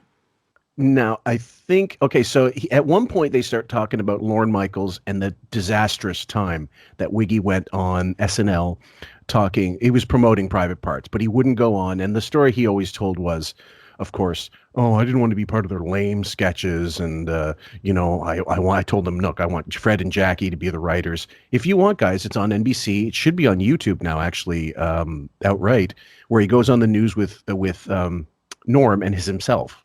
He's just playing Howard Stern because I mean, there's any number of reasons why. We've covered it before in old, at the old place, but he's horrendous even there. It's like unfunny, and Norm's there like allowing him, because at that point Norm was a huge fan and maybe still is, but it wasn't funny. I mean, it just was completely, his usual talk show shtick, except in the form of in the middle of a sketch show. Yeah, Raven. It's just awkward. His whole vibration is just awkward. The way he walks, every emotion he tries to express. And then when he tries to talk or just watch his eyes, it makes you uncomfortable being in his energy or watching him, trying to follow him sometimes. Well, in his presence, you're right. It doesn't foster any kind of warmth or any kind of likability, because he looks, as I've said before many times, like a cornered rat. But excuse me, when you look it up, the body language experts will tell you that the shifty eyes, the crazy eyes, as the Howard TV staff will call it, is him looking for an escape. Now, what is he escaping? In my opinion, he's escaping himself. He's escaping the discomfort he feels in his own body. As he's talking, supposedly emoting, acting, quote unquote, doing comedy, you name it, interviews. Yeah. That's a really good assessment. I find that much deeper than it sounds on a lot of different levels. I think Bob D would agree with you on that. And going back to the Lorne Michaels bit, he's covering his tracks, because in the future, he's going to want to get guests out of the Saturday Night Live system. And if you notice, Brad Pitt was a guest last year as Dr. Anthony Fauci, who's up for an Emmy. Good luck, Brad. But he also did the table read for Fast Times at Ridgemont High today. I don't know if anybody saw that, but check out Shia LaBeouf smoking weed. It's funny. It's hysterical. Okay. Anyway, I'm off on a tangent. Back to the Lauren thing, though. He Yep. is trying to mend fences with anybody. So there's going to be a lot of rescinding that goes on with him in the rest of this year when he's not giving us garbage filler from the Whack Pack and lame hanger-oners of the staff that are just desperately clawing to get a job at Sirius, possibly, or Spotify in the future. Yep. And that's absolutely a future episode of rescinding the Adam Sandler thing, because he talked shit about Adam Sandler for years. And I'm not going to lie. To me, he picked a perfect target because I only liked maybe one or two Adam Sandler films, but a lot of them I thought were I just got fed up with his shtick as well. And I didn't think, as you grow up, you just realize some of this isn't that funny. But I mean, here and there, The Wedding Singer was good. 50 First Dates I liked, actually. I know it was stupid, but I liked it. Go ahead. I was just gonna say I was a fan of Adam Sandler for a while, so I don't want to shit on him. Mm-hmm. I just want to say that it's relative to the time period you grew up in, sure, your age, your upbringing, and I know Sam loves Billy Madison, but I love Happy Gilmore, Happy Gilmore. I love. So I'm a sports person. That's me. Yeah. So bringing the hockey into golf was hysterical for me. But that's just it. Adam Sandler. Do what you want, not a problem, but Wiggy definitely flip-flopped on that one. So we'll dig into that another time. Yeah, and you're going to hear him talk about it right now. But I still get douche chills when I think that Lorne Michaels once called me 100 years ago to be a host on Saturday Night Live, and I sat down in his office and I told him, I don't want your guys writing anything. Me, Fred, and Jackie will write the whole show, and I told him, and he looked at me like I was from fucking Mars, and I still have nightmares about that. Like, what an arrogant little puke I was.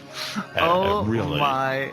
Do you really think he's that self-aware? Or because I don't. I believe this is just him trying to walk back all the bullshit he said about Lauren, about SNL, about and being an asshole there. Yeah, go ahead.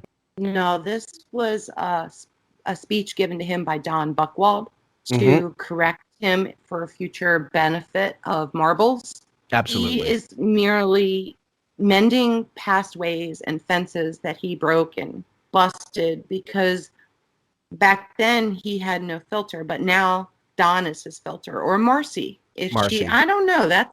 That's a great question. What will happen to Marcy if he goes away from Sirius, and how that will play out?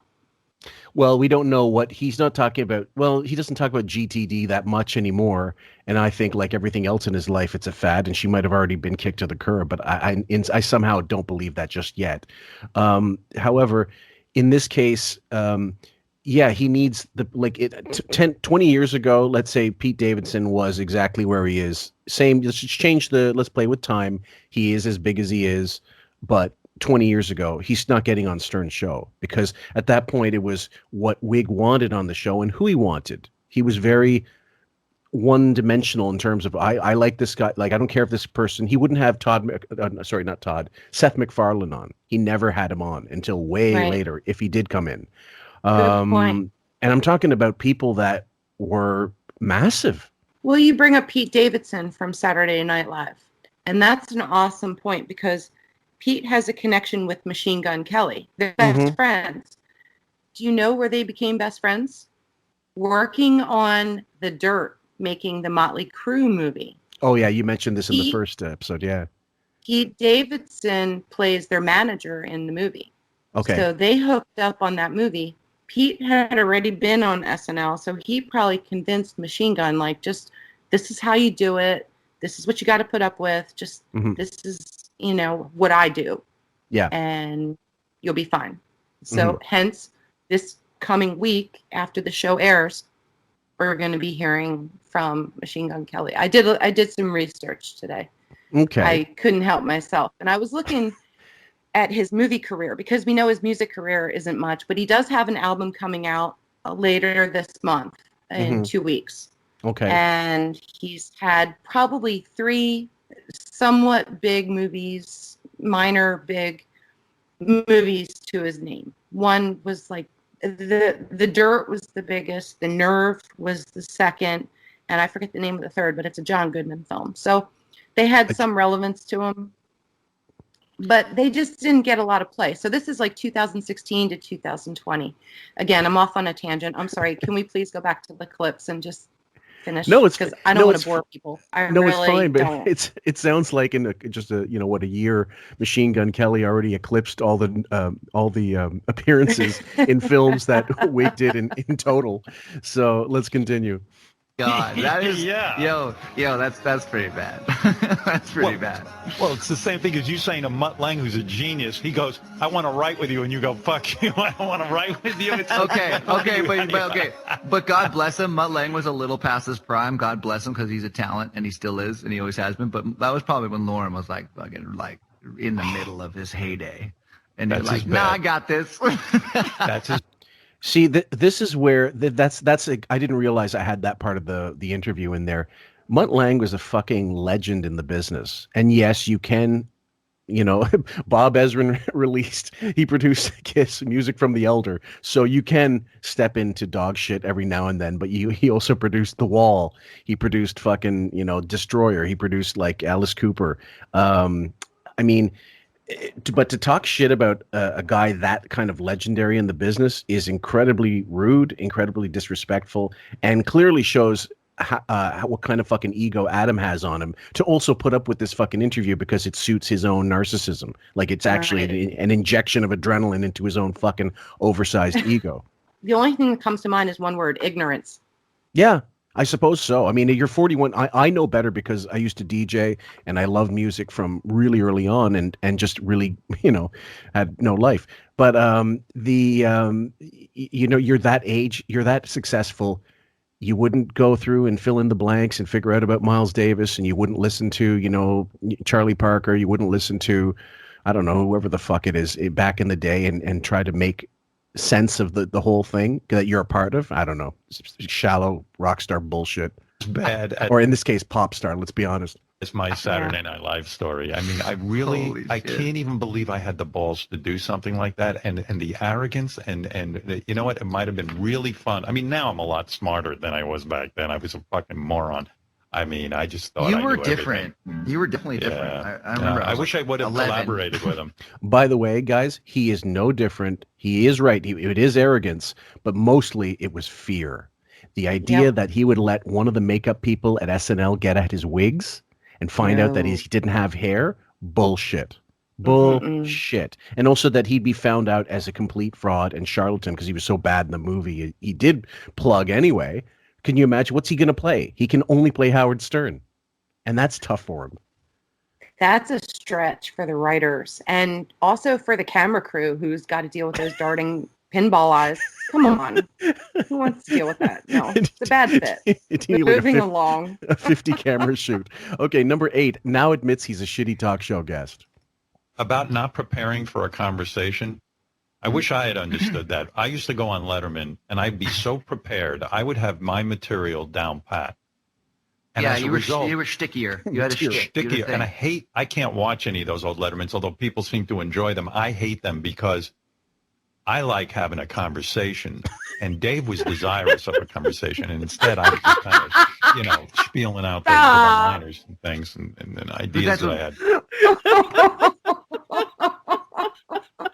Come on. Having a conversation. This is when I rip my headphones out of my ears. I do a circle around a table, and then I come back, take a deep breath, and I start typing again. I cannot deal with that. The conversations I imagine Wiggy has is like Edward Norton in the 25th hour looking into the mirror going, fuck the Upper East Side wives. With their Hermes scarves and their Gucci handbags. Anyway, so and I'm not going to go further into that because we've detailed Mel well about how awful he is, but I love those old episodes because those appearances because you just see how he's such a hapeless old fuck. Let's go with number 9. Hey Adam, while you're taking a squirt, show us your cock. Can I ask you a question? Yeah. I'm just going to be really real with you. What happens when someone has to pee? Oh, you got to go pee? Go pee. So badly? Like, it's crazy. I'm going to piss my pants. I've been holding on for a while. Oh, really? You want to go pee, and I'll talk to Robin. We can bullshit. Yeah, talk to You Robin. just come back. Okay, you go guys ahead. talk. Go take a leak. I'll be right. I know. I've been keeping you a long time. I'm just kind of fascinated by this. Yeah, it's a great conversation. Yeah. Go pee. We have to continue. Go pee. And let us see your penis, by the way. A lot of the girls Take like it with you. Now. You see how he added that in? A lot of girls like to see that. Yeah, and myself, that. Oh my God. Poor Adam. What do you? I didn't feel bad for him. In this case, I kind of felt, fuck you, Adam. You decided to go on this asshole show yet again. You felt sympathy, a twang, a twitch of sympathy. It's just so like bold and in your face. And what's he going to say? He's trying to escape. He's chewing his arm off to get away, Coyote Ugly style. And all Wiggy's doing is like getting these snide remarks in on his dick or his looks. And he's just like, fuck, I just want to play fucking music. Yeah. I got to piss. One word to Howard, send your guests a Riley Martin piss jug next time they have an interview. And maybe, if you're lucky, you'll catch them on camera. Put a webcam in the piss jug so you can get a first-person view. I mean, the next step is him just using his own mouth as a toilet wig. I'm disgusted by it.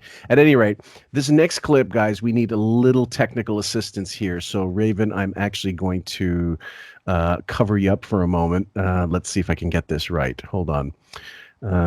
File. It's called clip number 1, Saber Dance Time with Jimbo Kimball. And because we're on the 16th now, this is what you get, guys. One moment, please. And I have to arrange it just so. Okay. And you're in a weird position, not a weird position, almost a lovely position, but I mean, you and Molly work together and you're married. And I'm thinking like Molly is one of your head writers. She's an incredible talent. I think she's one of the funniest people I ever met. And you're an incredibly funny guy. But I wonder, like, that's intense. And I always think about your marriage. I go, in one way, it's lovely. Like, it's so great because Molly... I got to pause the guy's story. Gets Jimmy, and when Jimmy probably feels pressure, Molly's right there and can help him in a work situation. But it's also filled with landmines, because I know in work sometimes you can get like just fucking overwhelmed and nauseated and, oh, why isn't she funny enough? Why am I not being funny enough? And you can get critical. And then it can turn into that work relationship. It's got to be complex, your marriage. Oh, guys. Oh, my God. It's wow. It didn't quite work as well, guys, because you have to do the 30-second rule. But my God, when he used to do this, I think it was with Tom Brady. We counted like a 90-second thing. By the time of it, Tom Brady was like in shell shock, and he was going, "Geez, that was a lot of question. Let me see how I can approach this." It really was like the apes in 2001 throwing up the monolith at the beginning of the movie. Go ahead. An English teacher's nightmare of run-on sentences. Holy shit. Yeah. I can't stand that. I know Dennis DeMarco has my back on this because he was an editor. Yeah. And when I hear bad English and articles being dropped and prepositions thrown around and plurals not matching, it drives me insane. Oh, yeah. So number 2. What a nightmare. Number 2, and by the way, guys, the Jimmy Kimmel interview was only notable for a couple things, but how long was that one? Was that also a 90-minute job? Yeah, I'd give that a 90-minute one too. Because part of the fun of the mockery thread is also doing an over/under on how long these interviews are going to go for. Yeah, and the time was predict when it'll end. Let's be honest, the time was us hope. The interviews used to be like 20 minutes. 30 minutes if it was a big guest, 30, maybe an hour if it was like a Paul McCartney, but not even an hour back at terrestrial radio. Right. At K-Rock, it was probably 20 to 30, and he'd have like 20 minutes of commercials to back end it. Yeah. But when he got serious, anything went, and he started definitely increasing from like 45 to an hour, and then it became an hour and a half, and we've had 2 hours. We've had 2 hours, 10 or 15 minutes as our max. Yeah. But yeah, he's definitely gotten more long-winded as we've gone on. It's like Yeah, it's an interminable hand job that just you're like, I don't even want to come anymore. Like, fuck, just get away.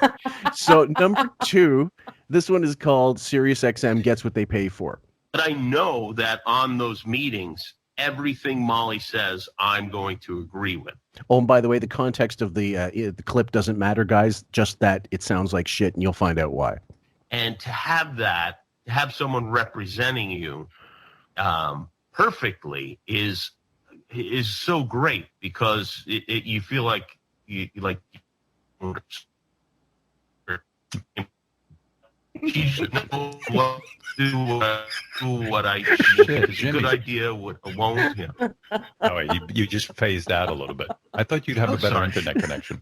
All of a sudden, Jimmy sounded like in Star Trek: The Motion Picture when those two people are getting beamed up and their forms discombobulate and they start screaming in the transporter, and then afterwards, I seem to remember that Kimmel gave them shit saying our connection is fine. We've not had any problems. This is all on you. Yeah, and Wiggy was like, "Oh, yeah, what are you talking about? It can't be me." Yeah.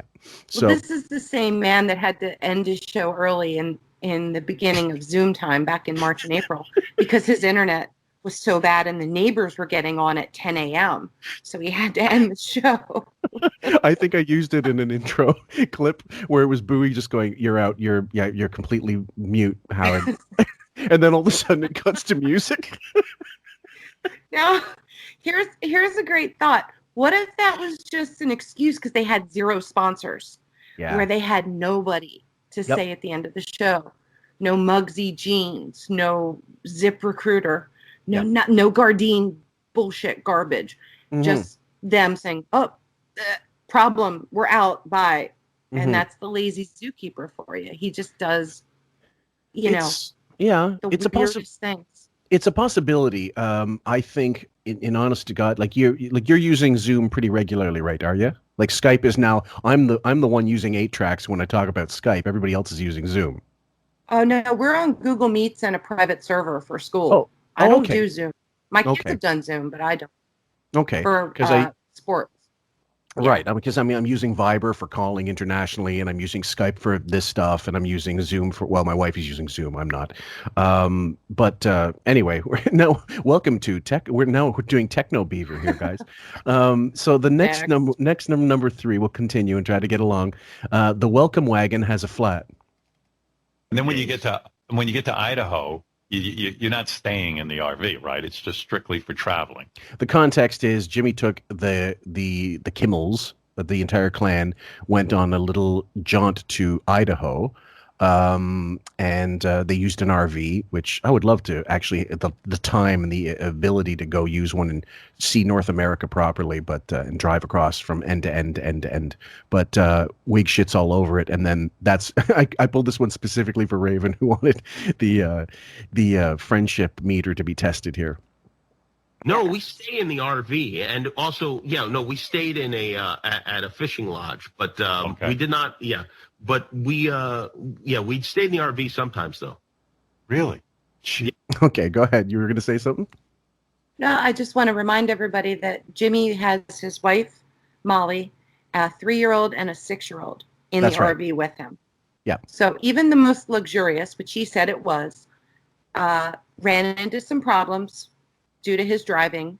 Yeah. And then he poses a question to Wiggy, which I just loved. I thought that was great. And then passive aggressive too, which Samantha also noticed there's a lot of passive aggressiveness when Jimmy talks to Wiggy. Mm-hmm. So just keep an ear out for that too.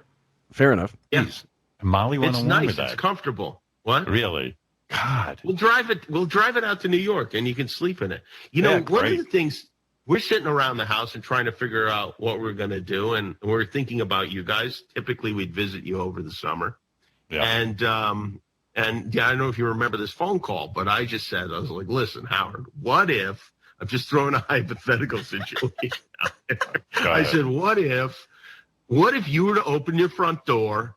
I have to pause that one, guys, but you know what's coming next. And there was me and Molly with our luggage. Like, we're just there. We're there. we said, listen, we got tested, we're clean. Would you let us in the house? And without hesitation, you said, No. No. I did. I had to be honest with you. Okay, now, when by luggage, does he mean children? That's a big fuck no.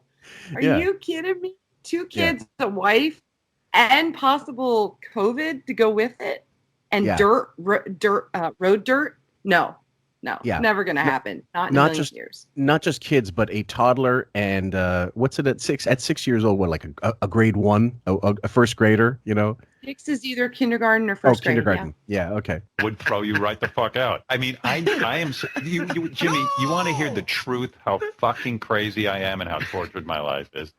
Again, guys, when he says that, he's not tortured. He's not. No. He is right when he says how much of an asshole and how crazy he is, but he revels in it. He doesn't give a fuck to get better, guys.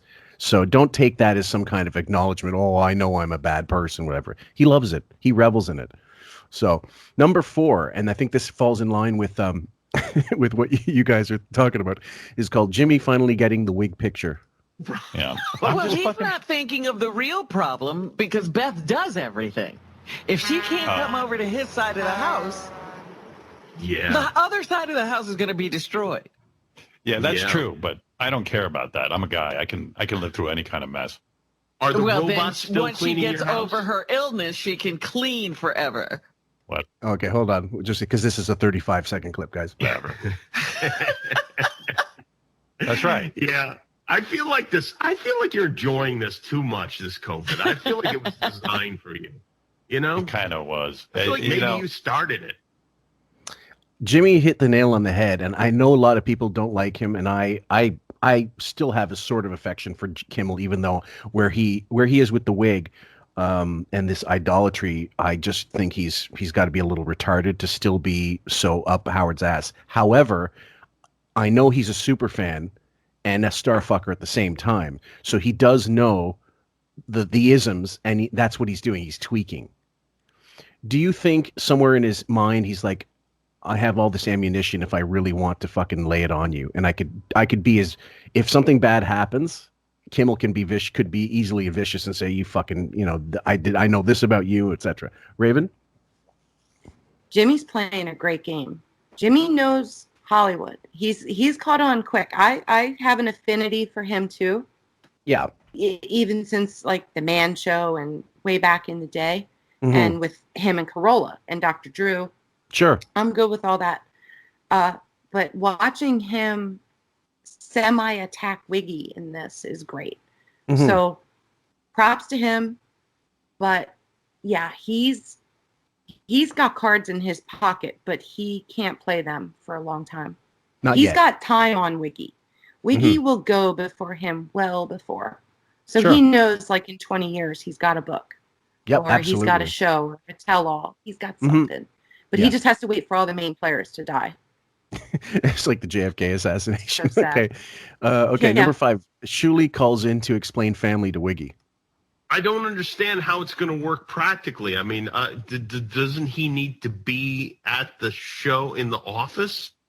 Or are his duties mostly confined to chasing whackbackers around? Well, I guess what the issue is that we're not in our offices. Everybody's working from home.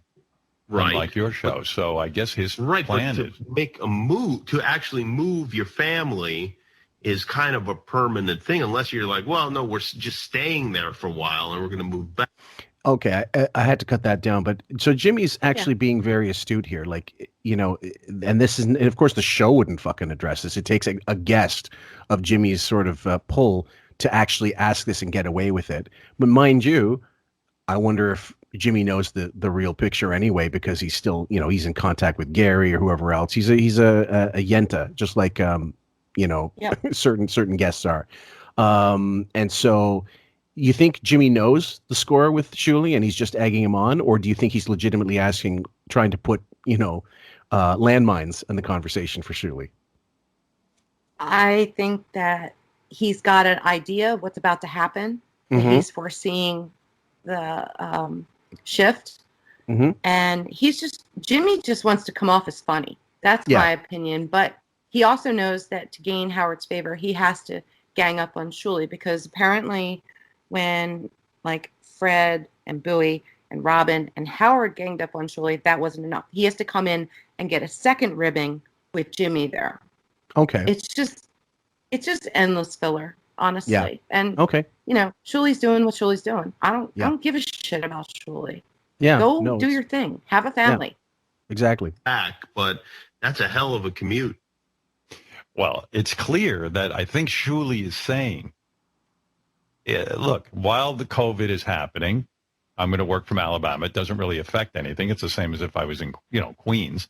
Right, but sure. The day we go back, if Shuli's going to live in Alabama, it's going to be the day we have to say goodbye to Shuli, because he can't be in Alabama. He's got to be with us. Under this logic, Howard, he would have to then move again. So there's Wiggy. This is what you just said yesterday in the other first part.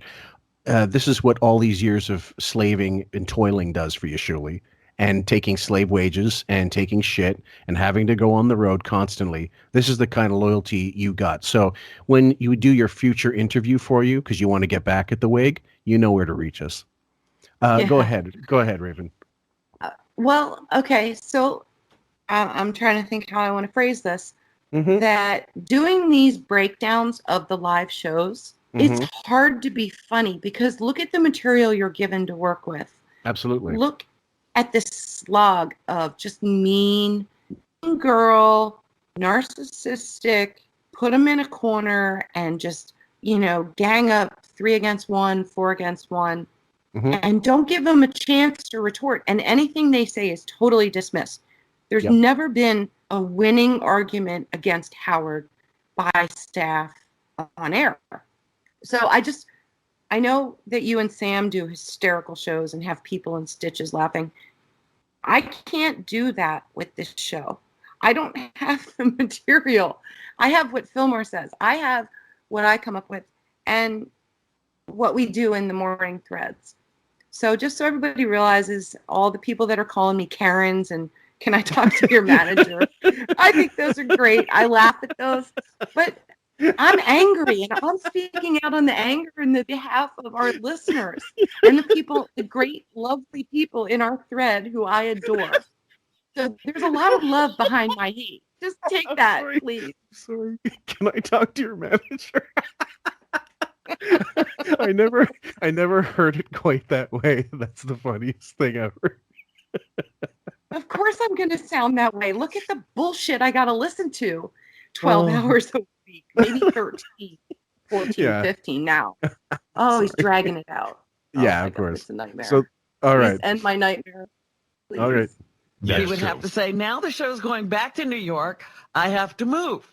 All right. To answer Jimmy's question about Shuli is Shuli. Hello. Good morning. Hi, Shuli. I love that music.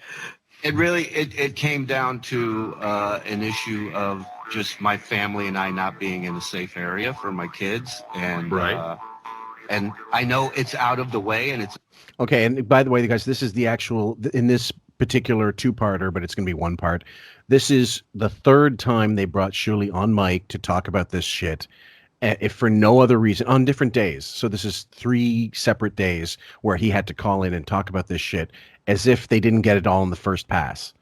The music that Fred's playing, that banjo you call it Deliverance music, but it's not from Deliverance. It's not. It's actually like rubber bands. It's like Captain Lou doing a symphony. But that is so offensive, stereotypical, and it's a step below Ching Chong at this point. Ching Chong Charlie Don't Surf is one of your great Photoshops plug, but I don't know. It's Fred's only attempt to be funny. Yeah, this whole thing, and then it just. I know. I'm going too far. Go ahead. He doesn't play the chicken scratches when a Latino, guest is on, or like a caller is in and sounds, vaguely Hispanic or really Hispanic, and then that's gone. That's not allowable. But this is fine. Okay, fine, whatever, fine. But either way, I mean, yeah, I get irritated by that. But that's at least Fred's alive. I think that's his way of, when you're in a coma and you wink twice. The far commute, but my main concern was was my family, and so that's what I put We first. didn't ask you that No, question. We asked you how are you going to commute to work when we go back to the studio. Well, when we go back to the studio, we'll figure that out. You know, I don't know. I don't have that answer right now. Neither do you. Neither does Howard. But nobody's going back right now, right? Right. Well, I mean, that's true. When you guys but- come back in the city, I'll come back in the city. No, it doesn't necessarily work that way. Now listen to those two fucking assholes. Okay, well, think whatever you like about Shuli. I'm telling you guys now. This is asshole on asshole on asshole crime. We're the winners.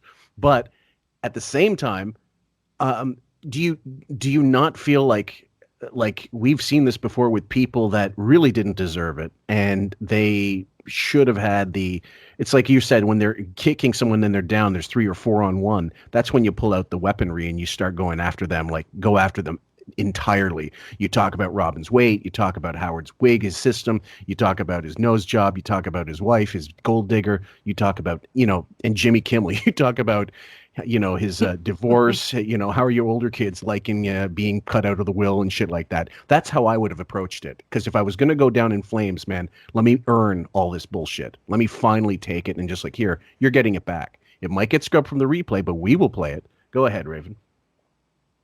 It's pretty much the apex of this interview or this segment with Shuli for me. Was when Shuli goes, when you guys come back, I'll be back. And listen to them jump down his throat. Oh, Robin's like, oh, that's not necessarily the case. Right. And Howard's like, oh, no. And immediately it's just no. But they don't have a good reason. No. Just like they don't have a good reason why they're not doing the news anymore, which I think is coming up. That's the next clip. You got it. I might never come back to the city, but the staff will. Okay, well, when we get to that point, we'll figure it out. Right now, my main concern is my family. Why wouldn't you have that figured out before you move? What a fucking idiot. Who's going to know what it's going to be like in a week, in a month, in a year, like the way it's going, guys, where the numbers are showing. So, and this is not political, guys, trust me. It really is just about reality and, let the medical staff tell you what's going on with the pandemic. And you have to be on Shuli's side for this on not a humanitarian, but just a practical common sense reason, and if their union, their unions would not permit them to come in anyway. So that's what I would throw in their face. But does Howard give a fuck about union? Does Robin? No. No, I have it figured out, Robin.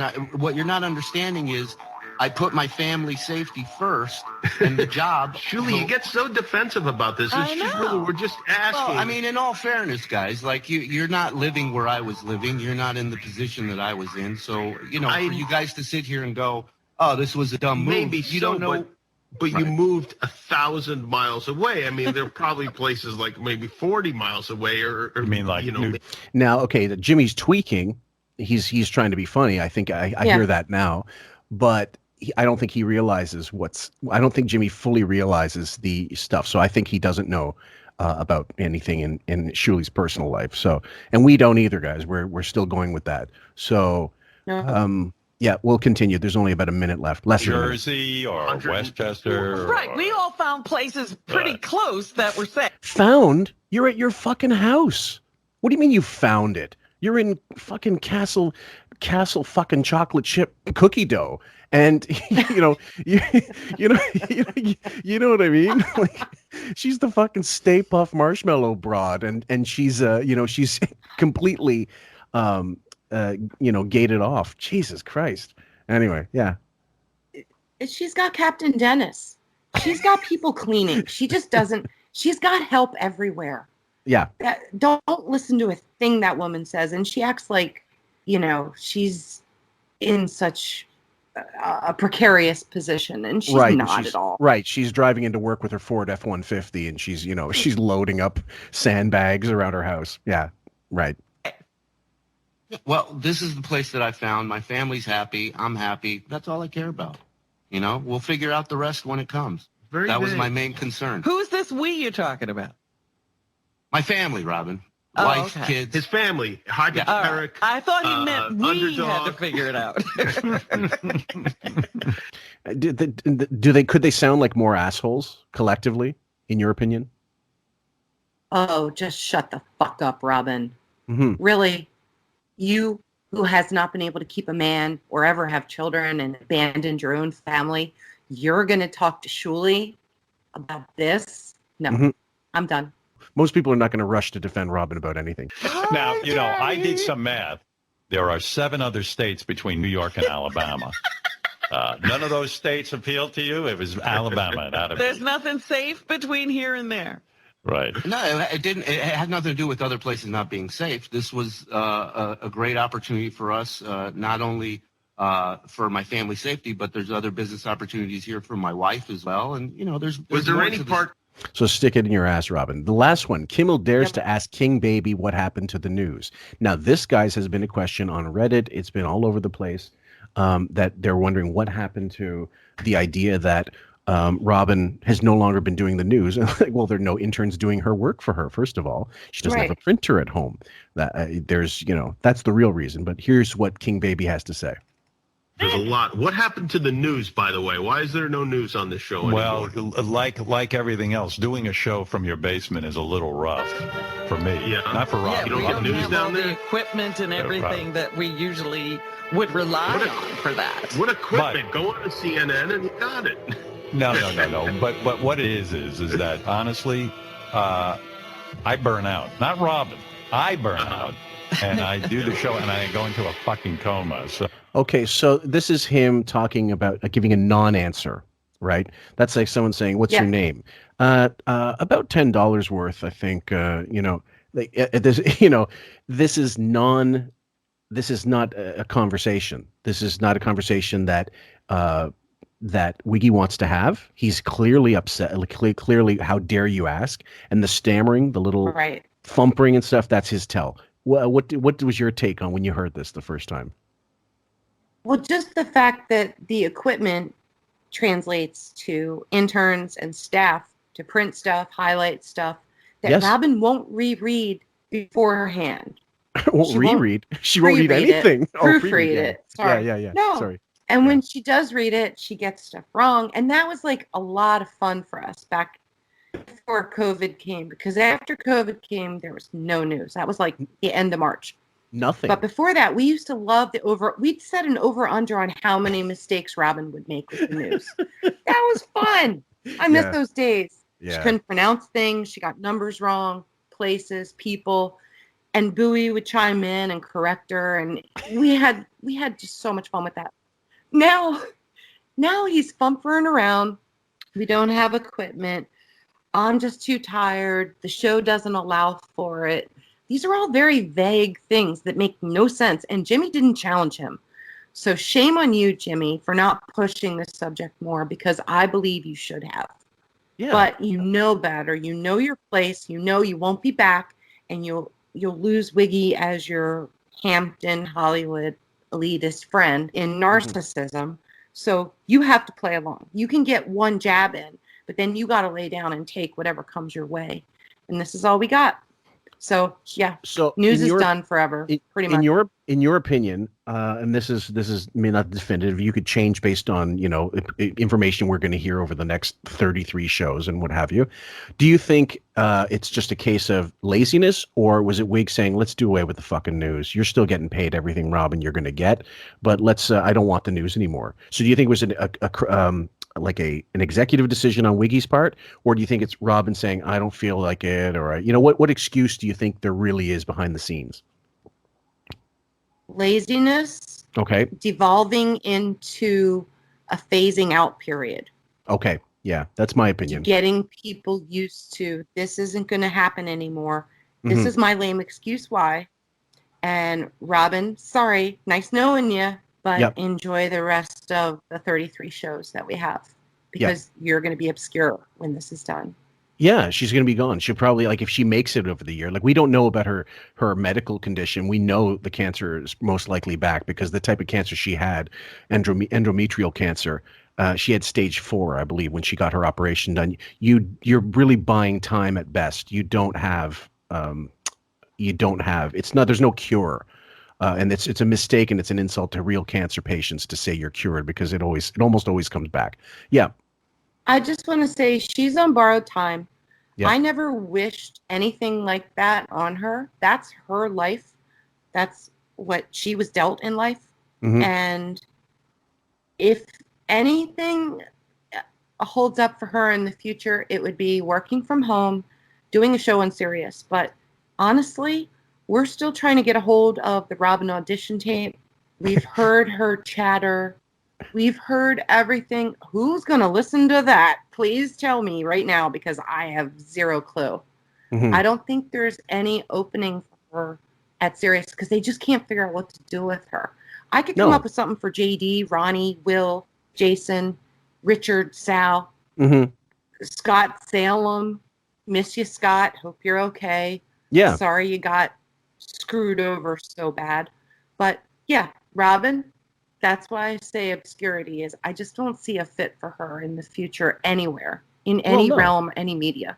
And they could easily push her out. I think She's well past retirement age, so what's the use of keeping her? I mean, it's just, if it's part of Howard's salary that where she's getting paid, which I'm sure that's exactly how it works. They call them independent contractors, but if she and Fred are with Buckwald as well, it really is coming out of Wiggy's contract. Like they're out of whatever budget they're getting paid. They're determining who's getting what, not Sirius. Sirius, let's not confuse the issue. Anyway, 30 seconds. Let's finish it up. We had to make some certain, changes in the show, as you have, as everyone has. But will the news return when the show goes back to normal? Yes, of course. But here's the real news: stay home. That's what Robin is trying to tell you. There's no news. That's all I have to say anyway. This one got COVID and that one got COVID. Stay home and wear a mask. Yeah. I mean, what's wrong? Okay, another thing. No, that was the two-step. You hear how he said, yes, of course, but. Yes, of course, but.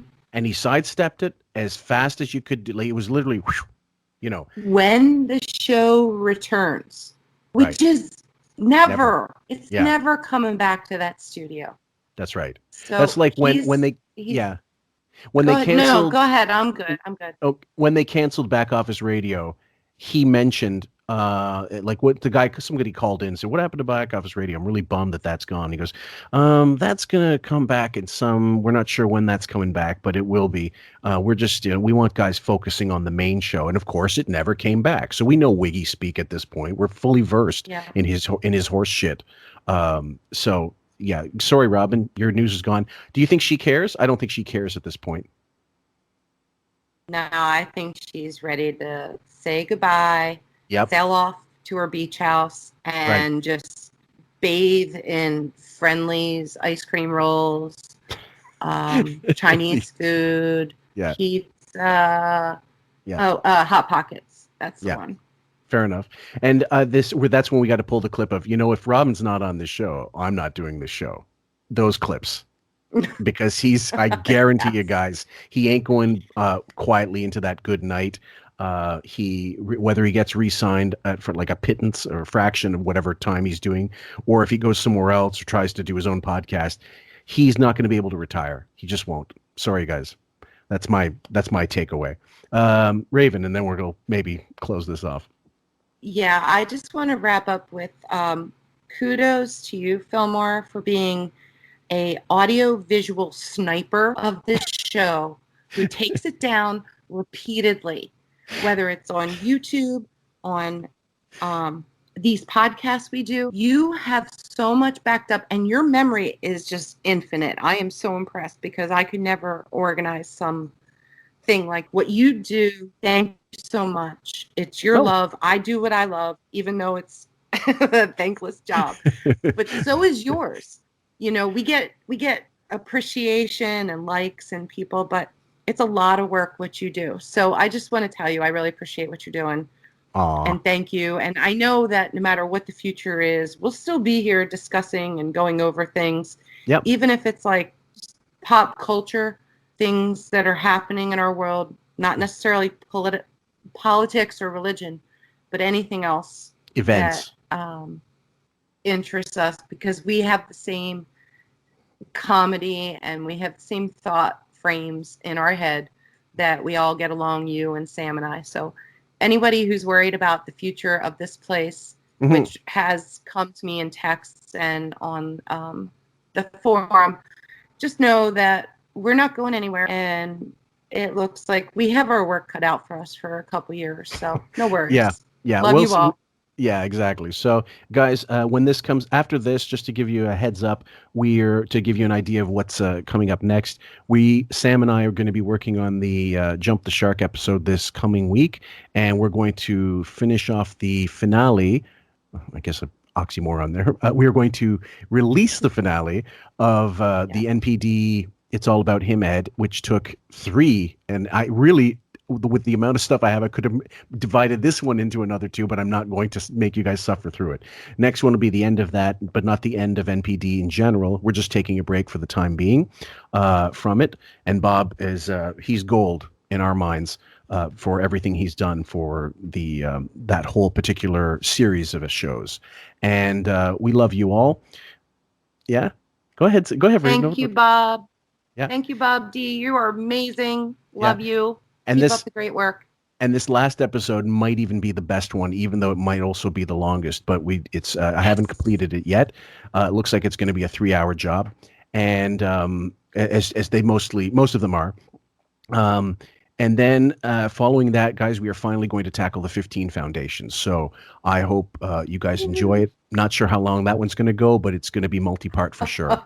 And and I guarantee this is going to be the fucking, I don't know, the Citizen Kane of Robin podcasts when we finally get done with it. So anyway, from Raven and I and Sam, of course, in absentia, we love you. Send us your likes, subscribe to our YouTube channel. You can hit us up on Twitter, join our Facebook group, join the mockery thread. It's a lot of fun. Raven's not just plugged. She's not pulling that out of her ass. She really knows what she's talking about. And PM us also if you've got any like archival stuff that you want us to as suggestions, like for future shows. We're more than happy to hear about it, not just on YouTube, but Podbean app, absolutely. Spotify, I can't check that because it's not available where I live, but we are on Spotify. I'll just try to VPN my way into your comments or send them in somewhere else. And in the meantime, hang tight, stay safe. We love you. Big hugs to everybody. And we'll see you in the live chat for the premiere. Bye. Take care, guys. Thank you. Okay? And I'm going to fly out there next week, and I'm going to straighten your ass out. And I'm going to make sure that you really get it. I'm going to make sure that you know what a rude, thoughtless little pig you really are. Do you understand? You're a rude, thoughtless pig. So be ready on Friday the 20th, because I'm coming out there. I'm going to tell you this, then I'm going to turn around, I'm going to fly right back home. You are a rude, thoughtless pig.